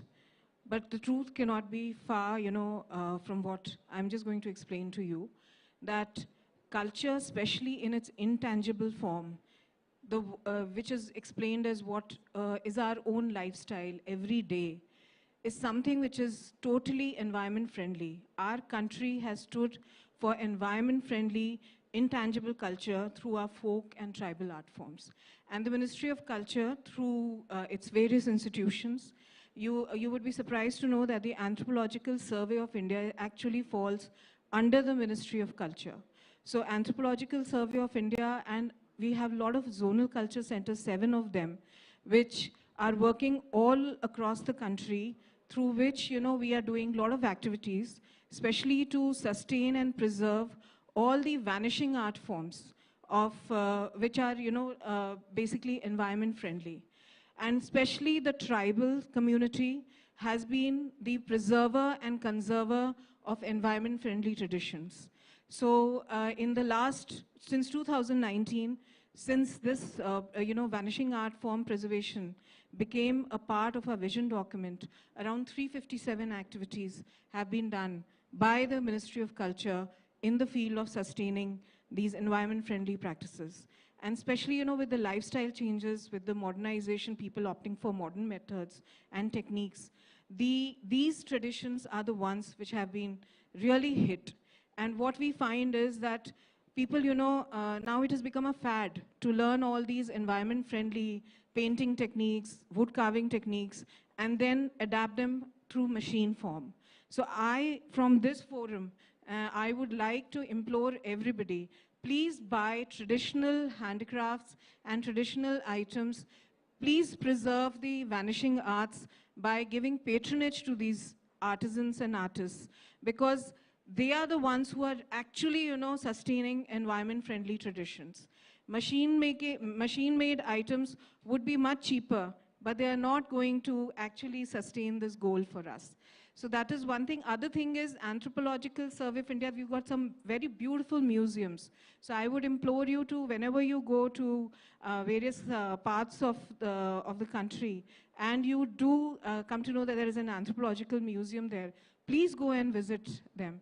And you would be really surprised to know as to how much, you know, environment-friendly techniques are being adopted by the tribes. And especially when you visit Port Blair, if you go to the Anthropological Survey of India office, you would come across some traditional huts which have been made by one of the most remotest tribals, you know, who hardly get in contact with the general population, that is the Senetalese tribes, and the Nicobaris. Similarly, in Santhal area, or in south also, you would find all these traditional huts which have been made by the traditional people, by the tribals themselves, using traditional items. So these are some of the few activities, especially Hadupathy. Everybody knows about Ayurveda, but there is a traditional medicine system called Hadupathy in Jharkhand, which is being preserved by the Culture Ministry. So these are some of the few activities which I thought I would use this forum to just apprise everybody that Ministry of Culture is not only about dance and music, but there are a lot of environment. It is also about sustaining environment. Thank you. Well, thank you. It was great hearing you, ma'am. But I have a question. Being an anchor, how can I miss this opportunity? Just Yeah, ma'am. before you ask the question, I just want to appeal to all these people who are here. And few days back, our Honorable Prime Minister has stated very clearly that this year also we are going to celebrate Har Ghar Tiranga. Okay, it's an appeal and a request to all of you, and you will do it at your home, but you have to promote for others also. And this is not for because Prime Minister has said or somebody else has said, but it is because we have to tell our children what our country is. Some activities, until unless we do, the children will not pick up this. Okay? So today morning we had a beautiful rally starting from Pragati Maidan to the Dhyan Chand Stadium, bike rally. So the bike rally is basically meant to create an awareness, and we are all influencers in our own particular fields. So until unless we promote this, nobody is going to do anything for this country. If we are there, we should express our patriotism for the country by hoisting the flag in our home, in our offices, everywhere, and take a selfie. And selfie, please upload it hargartiranga.com. Thank you. Ma'am, it's great hearing you out, but as I said, being an anchor, how can I miss an opportunity to even understand certain more facts? Ma'am, globally जिस तरीके से इन challenges को हम अभी तक global मंच पर discuss करते आए हैं, मेरे को आज भी वो दिन याद है जब प्रधानमंत्री ने लाइफ को लेकर मंच पर बहुत सरल शब्दों में इस इनिशिएटिव के बारे में समझाया था, तो ग्लोबली सभी रेनाउंड, मैं कहूंगी प्राइम मिनिस्टर, प्रेसिडेंट, सबने अप्रिशिएट किया कि किस तरीके से भारत इसको लेकर ये एफर्ट ले रहा है। मैम, उन चैलेंजेस को ग्लोबल मंच पर ले जाकर लोगों को उस हकीकत के बारे में समझाना कितना मुश्किल हो जाता है भारत में बैठते हुए उन चैलेंजेस को ग्लोबली डिस्कस करना और ये समझना और समझाना भी कि भारत का आम नागरिक भी किस तरीके से एक बड़ा कंट्रीब्यूशन दे रहा है आज इस चेंज में। I think the biggest ambassadors for doing this is our Indian diaspora. Yeah. So and most of them, if you will find, through their own traditional festivals and all, they are sustaining these environment-friendly lifestyle patterns, especially abroad. And our missions also, they are working towards this goal, because our missions are basically the ones who who are able to propagate to in other countries what our policy is. Right. And ma'am, in fact, the other fact is कि organic या हमारी धरती से जुड़ी जितनी चीजें हैं, उन्हें हम ना सिर्फ ग्लोबल मंच तक ले गए हैं, बल्कि उनको अडैप्ट हम खुद भारतवासियों ने भी बहुत बड़े स्तर पर कर लिया है। अग्री करती हैं उमा मैम इससे? या हम एग्री करते हैं। हम पहले से भी बता दिए हैं आपको, ये बड़े स्तर पर जाती है, छोटे छोटे स्तर पर से हम स्टार्ट करते हैं। एक तो मेरा हिसाब से पाठशाला और दूसरा हिसाब से घर, ये दो चीज़ जब तक हम सुधरेंगे नहीं है तब तक कुछ होने वाला नहीं है। वो तो हो भी रहा है, ऐसा बात नहीं है। अब आप गाड़ी में ट्रैवल करते हैं, बाइक में ट्रैवल करते हैं, पॉलिथीन फेंकना बाहर या चिप्स से पैकेट फेंकना, ये जो अवेयरनेस जो है कि जब तक as a parents we don't feel until unless we don't teach our children, until unless a teacher teaches the students, the change it comes automatically over a period of time. It's not that today I say something, tomorrow onwards the world is going to change. It's not that. So things are changing and things will change, and the change has already started. Amita ma'am, ये सवाल मैंने इसलिए किया क्योंकि आप जिस स्तर पर एक मुहिम की शुरुआत करते हैं, आपकी सोच और उस सोच को अमल में लाने के लिए किस तरीके से उस थॉट पर आप काम करती हैं? There are a few things, which all the various institutions are doing. हम लोग दो चीज़ों के ऊपर बहुत स्ट्रेस करते हैं। एक तो ये है कि जैसे वैनिशिंग आर्ट्स की जो मैंने बात की, जो एनवायरनमेंट फ्रेंडली है, क्योंकि नेक्स्ट जनरेशन ये तभी सस्टेन हो पा सकता है जब नेक्स्ट जनरेशन उसको टेकअप करे। और स्पेशली जो आप ये देखेंगे कि ये जितने भी ट्राइबल आर्ट्स या हमारे फोक आर्ट्स हैं, वो लेबर क्लास, फार्मर्स, ये लोग करते हैं। तो बट उनकी नेक्स्ट जनरेशन वो ज़्यादातर अब माइग्रेट कर रही है सिटीज़ के लिए। तो हमें कैसे उसको एक सस्टेनेबल बनाना है ताकि वो भी नेक्स्ट जनरेशन भी ये कहे कि ठीक है, हम ये जो कला है इसको हम अडेप्ट करेंगे और हम उसको थोड़ा मॉडर्न तरीके से करें, ताकि जो अभी मॉडर्न टाइम्स में वो उसको हम थोड़ा और प्रिजर्व करें, लोग उसको खरीदें और उसको सस्टेन करें। और मैम, डिजिटल दुनिया के साथ जुड़े युवा उसमें सबसे बड़ा योगदान दे रहे हैं। हाँ बिल्कुल, ये भी है। बट मुझे कई बार बहुत खुशी होती है कि जब हम कुछ इस तरह के कैंप्स या प्रोग्राम्स करते हैं तो उसमें यूथ पार्टिसिपेशन काफ़ी होता है। दूसरा हम लोग कर रहे हैं डॉक्यूमेंटेशन। सो इन जो भी इस तरह की ट्रेडिशनल लाइफस्टाइल्स हैं उसको डॉक्यूमेंट किया है। एक जैसे स्पेशली नॉर्थ ईस्ट के बहुत सारे ट्राइबल्स का 1 साल तक करके उनके साथ रह के और उनकी डॉक्यूमेंटेशन वगैरह होती है। तो उसमें इनफैक्ट नेशनल फिल्म अवार्ड्स में एक डॉक्यूमेंट्री को नेशनल फिल्म अवार्ड भी मिला।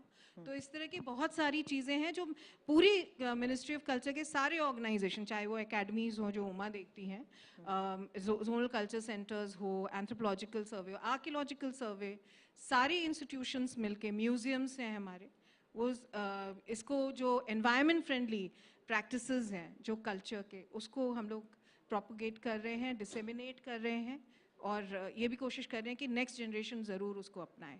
उमा मैम, ये मैं इसलिए भी सवाल पूछा था क्योंकि जब हम इन इनिशिएटिव्स के बारे में पढ़ते हैं और जब हम प्रधानमंत्री को मंच पर देखते हैं तो वो हमारी भारतीय संस्कृति, सभ्यता और जिस तरीके से वो उसे समझते हुए आम जनता के बीच लेकर जाते हैं उन्हीं ट्रेडिशनल वैल्यूज़ के साथ, क्योंकि जब हम देखते हैं वो कहीं जाते हैं तो उसी ट्रेडिशनल अटायर में भी नजर आते हैं और जब उन्हें कुछ खास तोहफे मिलते हैं तो उनकी खासियत भी पीएम के माध्यम से ही हमें पता लगती है। Yeah, that's true. Again, thing is that जो हमारी दादी नानी जो खाना खाते हैं वो खाना ही अभी पॉपुलर है, जो हमारी बच्चों को भी हमको वही सिखाना चाहिए। ये जब तक हम लोग ये हमारी कल्चर को, हमारे रूट्स को स्ट्रांग नहीं करते हैं, कुछ की होने वाला नहीं है। ये तो मैं पहले से भी बता चुका हूँ, अभी भी वही कहूँगी, जो खाना पीना रहना सोना ये सब चीज़ जो है कि भारतीयता ये सब में झलक आना चाहिए। ये सब हम आपसे अनुरोध करते हैं, सभी यहाँ पर जितना भी लोग मौजूद है, ये सब हमको आपको सबको मिल के ये काम करना है। जितनी अच्छी ट्रेडिशंस है, जितनी अच्छी वैल्यू सिस्टम्स है हमारा, वो सब हमको कुछ भी नहीं भूलना है, उसको अच्छे सा और जागरूकता देना है। देने के बाद ही हम वर्ल्ड में जो हमारे प्रधानमंत्री जी जो कहते हैं we will become economic power, we will become the world leader, ये सब रियलाइज होगा। For that the best thing is a culture. Thank you. बिल्कुल। और मैम, अगर कल्चर मिनिस्ट्री ऑफ कल्चर की टीम के साथ पीएम की मीटिंग होती है तो प्लीज बता दीजिए कि उनके साथ इंटरेक्शन इन चीज़ों को लाने में कैसा होता है। मैं जानती हूँ बिहाइंड कैमरा हमें बहुत मौका मिलता है ये चीज़ें सुनने और समझने का, बट मुझे लगता है कि जिस तरीके से कॉमन मैन तक पहुँचने के लिए वो अपने थॉट्स रखते हैं, उन्हें एग्जीक्यूट करने की जिम्मेदारी तो आप ही के पास होती है। आपको यदि काम में तो आप तो देखेंगे, ताजुब होंगे। हम लोग लास्ट 2 इयर्स में आई थिंक यदि हम लोग ट्राई नहीं किए हैं Guinness book of world records के लिए, कर देते तो मिल जाते हैं। मोर देन 12 लाख का प्रोग्राम्स हो चुका है, देश भर का प्रोग्राम से। हमारी मेन एम है हमारी कल्चर को, हमारी देश को, हमारी लैंग्वेज को, हमारे ट्रेडिशंस को सबको जागरूकता देनी है, लोगों के तक पहुंचाना है। B it the literary figures, B it the tribals, B it the children, B it the women, every section of the society we are addressing that. Thank you so much. Thank you so much, ma'am. It was great pleasure having you with us. चलिए, जिस तरीके से हम खास जानकारियां ले रहे थे उन्हीं तमाम इनिशिएटिव्स को लेते हुए हर घर तिरंगा एक सबसे बड़ा इनिशिएटिव अभी तक रहा है, जिसमें मुझे लगता है कि ज़्यादातर लोग हमेशा पिछले साल भी उत्साहित होते हुए ना सिर्फ अपनी तस्वीरों को हर माध्यम पर शेयर करते आए हैं, वहीं देश की आज़ादी के 75 साल पूरे होने के बाद से ही हम सभी आज़ादी का जो अमृत महोत्सव मना रहे हैं। पिछले साल हमने ये अमृत महोत्सव में बड़े ही भव्य रूप से देखा कि लोगों ने कैसे बढ़ चढ़कर हिस्सा लिया। वहीं प्रधानमंत्री नरेंद्र मोदी के जरिए शुरू किए गए हर घर तिरंगा अभियान के तहत देश के हर घर में तिरंगा भी लहराता हुआ नजर आया और इस बार भी देश की 77वीं स्वतंत्रता दिवस के मौके पर सभी एक बार फिर से देश की आन बान और शान को बढ़ाएंगे। एक बार फिर से हम सभी को हर घर तिरंगा फहराना है। आइए उन ऐतिहासिक पलों को एक बार फिर से हम दोहराएं, एक बार फिर से हर घर तिरंगा फहराएं। And in between, let me just tell you, I have an update that we'll be having Meenakshi Lekhi ma'am joining us any moment soon.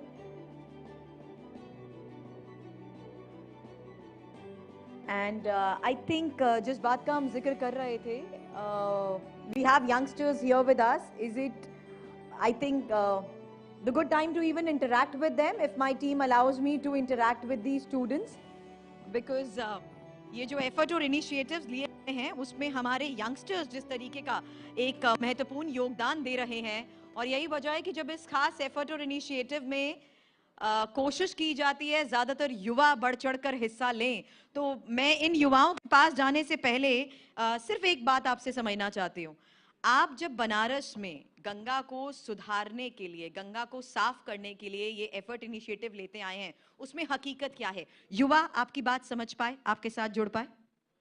बिल्कुल, हमारे युवा निश्चित रूप से हमारे सहयोगी बन के आज सामने आए हैं और युवा शक्ति आज इतनी मजबूत होकर के भारत के साथ खड़ी हुई है, और वही गंगा मैया की संरक्षण में भी यदि युवा शक्ति अगर आगे आए, पर्यावरण संरक्षण के लिए आगे आए, तो निश्चित रूप से ये हमारे पर्यावरण के हित में होगा। और युवा शक्ति जब किसी अगर जुड़ती है यदि किसी प्रयोजन में, तो निश्चित रूप से ये बहुत फलदायक और लाभदायक होता है। हमारे साथ जिस तरीके से सभी लोग हैं, मैं सर आपका एक इंट्रोडक्शन चाहूंगी, आपका नाम जानना चाहूंगी। मेरा नाम एसपी सिंह है। सिंह साहब, क्या सोचते हैं आज आप इस तरीके के एफर्ट और इनिशिएटिव को देखते हुए?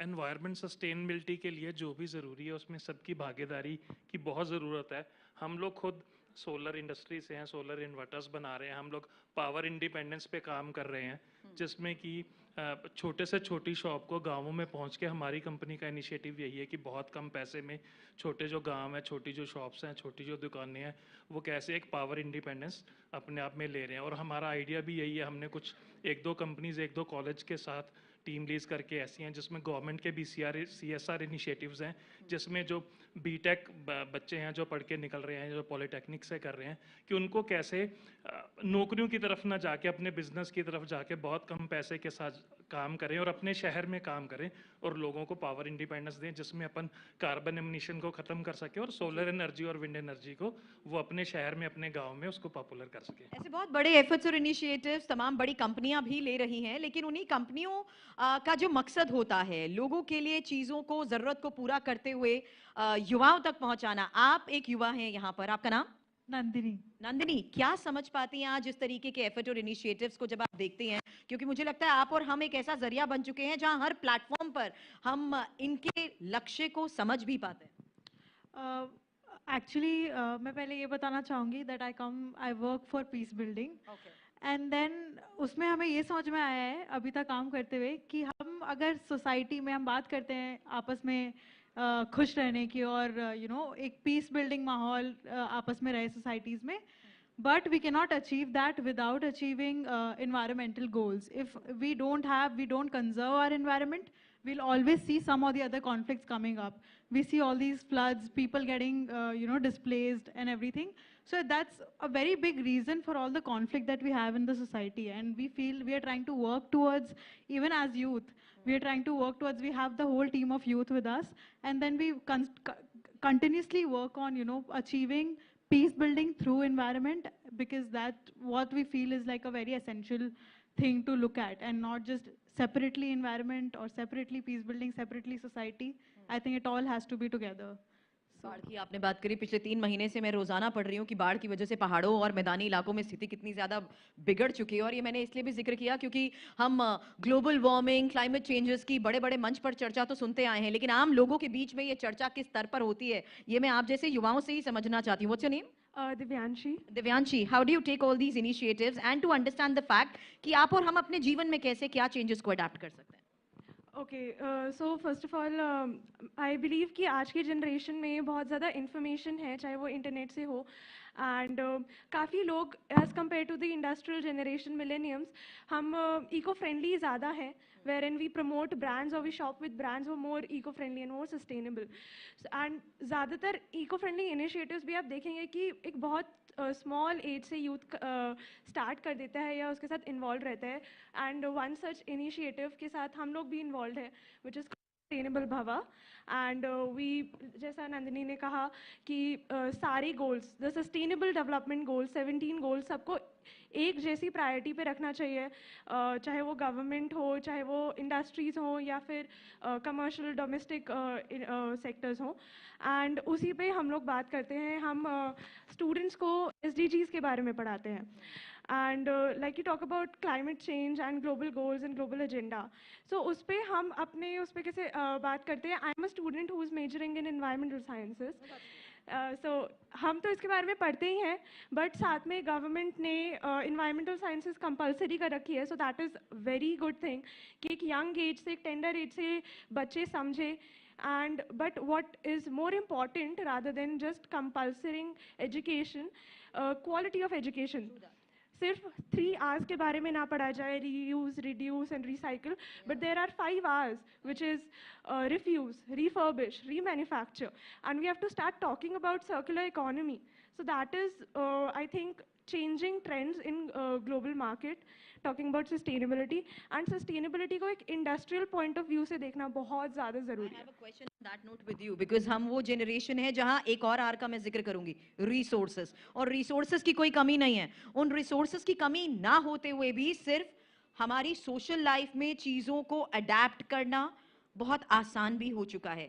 लेकिन कहीं ना कहीं उसके कुछ साइड इफेक्ट्स भी हैं जो शायद अभी तक हम नजरअंदाज करते आए हैं. ये एक बड़ा चैलेंज नहीं है आपके आगे या हमारे आगे?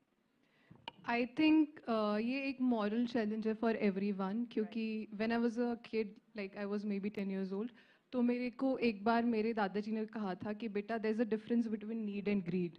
What you actually need and what you actually desire, उसमें बहुत फ़र्क होता है. तो आपको हमेशा नए कपड़ों की, नए जूतों की, अलग अलग चीज़ों की ज़रूरत नहीं होती है just because they are available right in front of you. तो हमें वो चीज़ें नहीं खरीदनी चाहिए, ये मेरा बिलीफ है. और हम सबके ऐसे ही बहुत सारे बिलीव्स हैं हमारी टीम में, सस्टेनेबल भवा में भी, इन विच हम स्कूल्स में जाते हैं और हम बच्चों को ये छोटी छोटी चीज़ों के बारे में बताते हैं थ्रू स्टोरी टेलिंग, जहाँ हम उनको बताते हैं उनके थ्रू, हम स्टोरीज उनके अराउंड बनाते हैं. And we go to schools and take sessions जहाँ हम यही चीज़ें उनको बताते हैं कि हम क्या कर रहे हैं, तुम क्या कर सकते हो, taking examples, forming stories around their age, telling them real life stories like the people who are present, the 3 green warriors you talk about today. ऐसी स्टोरीज हम उनको सुनाते हैं. हमें आई थिंक थोड़ा सा स्लो डाउन करने की ज़रूरत है. The environment is very precious. प्रकृति हमारी माँ है, उससे लेना हमारा हक है, लेकिन उसको वापस देना भी हमारा फ़र्ज़ है. We forget that always and we should do that more often. Exactly, because जब आप स्कूली बच्चों के बीच में जाते हैं तो वो भले ही मंच पर आकर या इन छोटे छोटे एफर्ट्स के जरिए एक ऐसे के तौर पर ये बातें ज़रूर सामने रखते हैं. लेकिन मैं आपसे जानना चाहूँगी, आपका नाम? अंशु.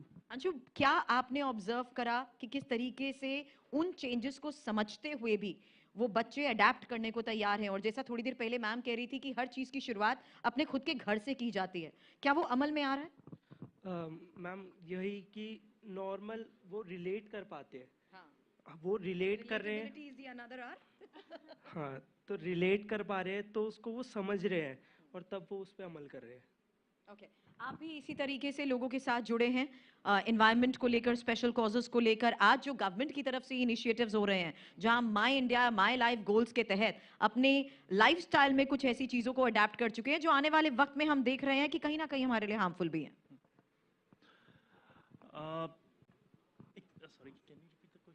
हम कुछ ऐसी चीज़ों को फॉलो करते आ रहे हैं अपने लाइफस्टाइल में, नज़रअंदाज करते हुए कि किस तरीके से वो आने वाले वक्त में भी हमारे लिए और हार्मफुल हो सकते हैं. ओके, हम नज़रअंदाज करते हुए आ रहे हैं. हम आसपास हम देखते हैं, हम दिल्ली शहर में रहते हैं.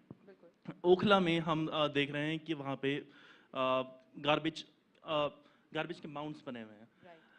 पर हम उसको इग्नोर करके हम अपनी लाइफ जनरली जो मैं ऑब्जर्व करता हूँ, हम जो कॉमन पॉपुलेशन है, जो मैं बात करता हूँ फील्ड में जाके, वो बेसिकली अपनी प्रॉब्लम्स में रह के, अपनी ज़िंदगी में रह के, वो दूसरे लोगों की प्रॉब्लम्स को ना जानते हुए और वो अपनी इग्नोरेंस में रहना चाहते हैं.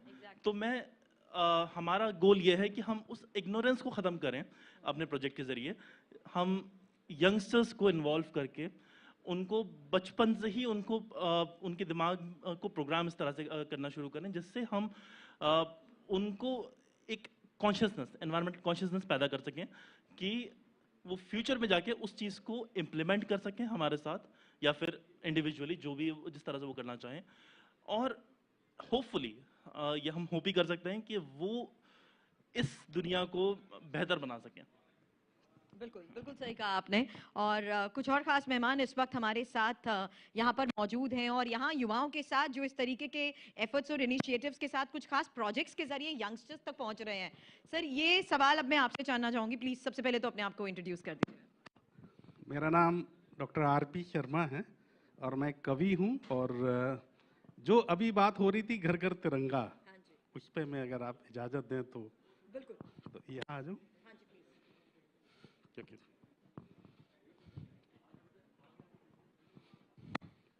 बहुत बहुत आभार आप सभी का।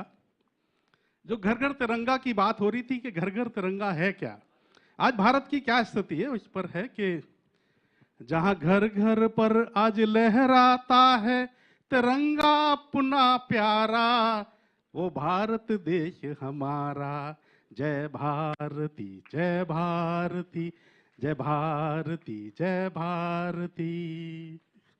जहां मोदी जी अब राज चलाते, कावड़ी पहने माला, कावड़िए पहने माला।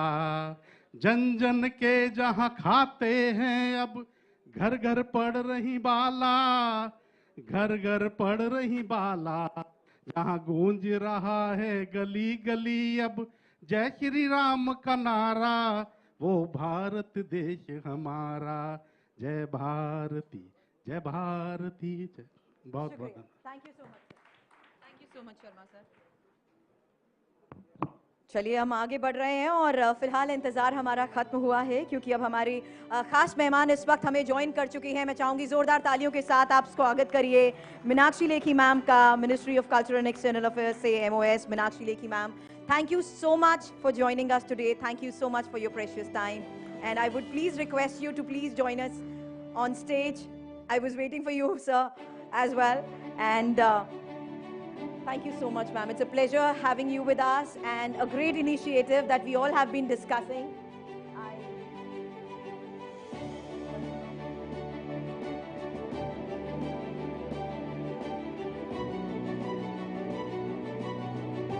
Amit Tripathi, sir, I would request you to please join us.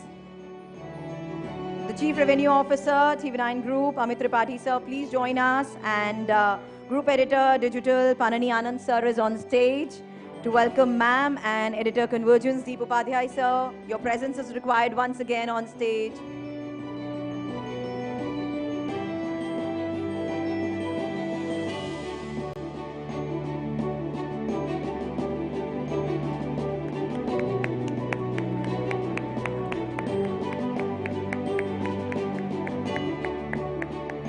Round of applause, everyone, please. Thank you.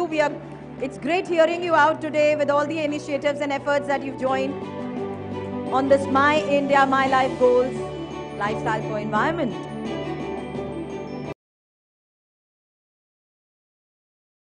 ये लोगों को कहता रहता हूं कि आप किसी एक पर्टिकुलर देवी या देवता को पकड़ो और उनके पीछे पूरी लाइफ अपनी लगा दो, और किसी देवी देवताओं के पास मत जाओ, किसी को बुरा नहीं लगने वाला है। ये पूरा जो सिस्टम बनाया गया है ना, वो बड़ा डीपली बनाया गया है। तो ये चीज़ मैं मानता हूँ। तो मंत्र एक ही अपनी लाइफ में रखो और उसका इस्तेमाल करो। पावरफुल मंत्र, अगर ओम नमः शिवाय जैसे ऐसे मंत्र है जो उतना आपको नेगेटिवली इम्पैक्ट नहीं करते हैं, अगर आप अच्छे मोटिव से गाओ या खराब, तो ऐसे मंत्र आप मल्टीपल्स यूज़ कर सकते हो। लेकिन ऐसे जो गायत्री, महामृत्युंजय, नेवर डू दैट। एक के बाद एक गायत्री, कल को आज महामृत्युंजय। मोस्टली 99.99% लोग यही करते हैं। बहुत बड़ी गलती है ये लोगों की। मैं तो ये कहता हूँ हनुमान चालीसा भी लोग करते हैं रोज़, दैट्स गुड। लेकिन हनुमान चालीसा आप देखिए, हनुमान जी को क्या कहा जाता है? वज्र। वज्र यानी कि हार्ड। हनुमान जी को हार्ड बताया जाता है। अगर हम देखें एक अलग पर्सपेक्टिव से, अगर हनुमान चालीसा को भी देखने की कोशिश करें, तो अगर आप उसको रोज़ करते हैं ना, तो वो आपकी सेंसिटिविटी को मिटा देता है। जो साधना करते हैं या मेरे जैसे स्पिरिचुअल इंसान है जिसको सेंसिटिविटी की ज़रूरत है, तो वो उसे डिस्ट्रॉय कर देता है। तो मैं हनुमान चालीसा भी हर रोज़ नहीं करता हूँ। आजियो प्रेजेंट्स TRS के एक बहुत ही ज्यादा नॉलेजेबल और डीप एपिसोड में आपका स्वागत है। आज के गेस्ट है एक यूट्यूबर और एक स्पिरिचुअल रिसर्चर। इनका नाम है साइबर ज़ील। इनका सोशल मीडिया नाम है साइबर ज़ील, असली नाम है ज़ील पटेल। इनकी उम्र तो कम है पर इनकी सोल की उम्र बहुत ज्यादा है। कहा जाता है ना कि कुछ सोल्स बहुत ज्यादा एक्सपीरियंस लेकर आते हैं इस संसार में, इस भूलोक में। दोस्तों, अगर आपने अब तक साइबर ज़ील का चैनल नहीं देखा है, trust me, you are not ready, because his YouTube channel is one of the fastest growing Indian channels. Zeel Patel की लाइफ बहुत ज्यादा इंटरेस्टिंग है। इनका दिमाग बहुत ज्यादा गहरा है और इनके नॉलेज लेवल्स बहुत ज्यादा हाई है। ये एक TRS ऑल स्टार है। इनमें 30, 40, 50, 100 एपिसोड्स छिपे हुए हैं। पर आई वोंट से मोर। इस एपिसोड को एंजॉय कीजिए। Zeal Patel has achieved it in style when it comes to knowledge, when it comes to material success. बहुत कुछ आप सीखोगे इनसे. मैंने खुद इनके YouTube चैनल से बहुत कुछ सीखा है. आज के एपिसोड की शुरुआत से पहले बस ये कहना चाहूंगा कि ये आउटफिट है स्टाइल्ड बाय आजियो. अगर आपको भी ऐसी आउटफिट चाहिए तो आजियो ऐप डाउनलोड कीजिए और तुरंत शॉपिंग स्टार्ट कीजिए. पर अभी के लिए बैठिए नोटबुक के साथ, क्योंकि ज़ील पटेल आपको आज बहुत कुछ सिखा कर जाएंगे. Enjoy this episode of Ajio presents TRS.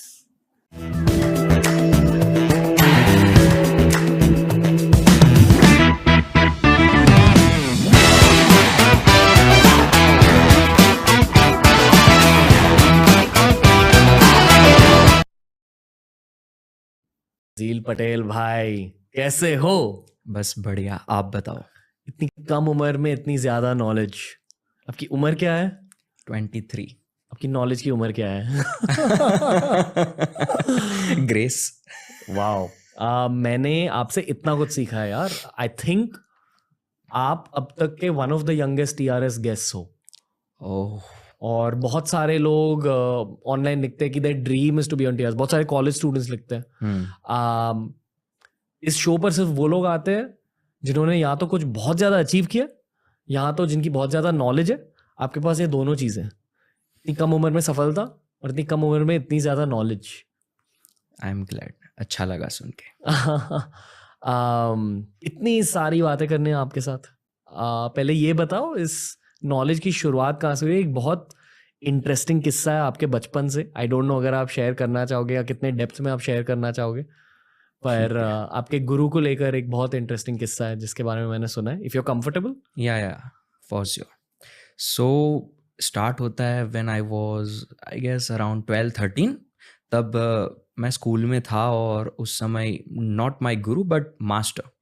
मैं उन्हें गुरु नहीं मानता हूँ. मास्टर होता है स्पिरिचुअलिटी में, गुरु अलग होता है. मास्टर वो होता है जो आपको कोई चीज़ के लिए इनिशिएट कर देता है, लेकिन वो आपके साथ हर टाइम नहीं रहता है आपके पाथ पे. तो मैं जब 13-14 साल का था तब आई गॉट शक्तिपट. क्या होता है वो?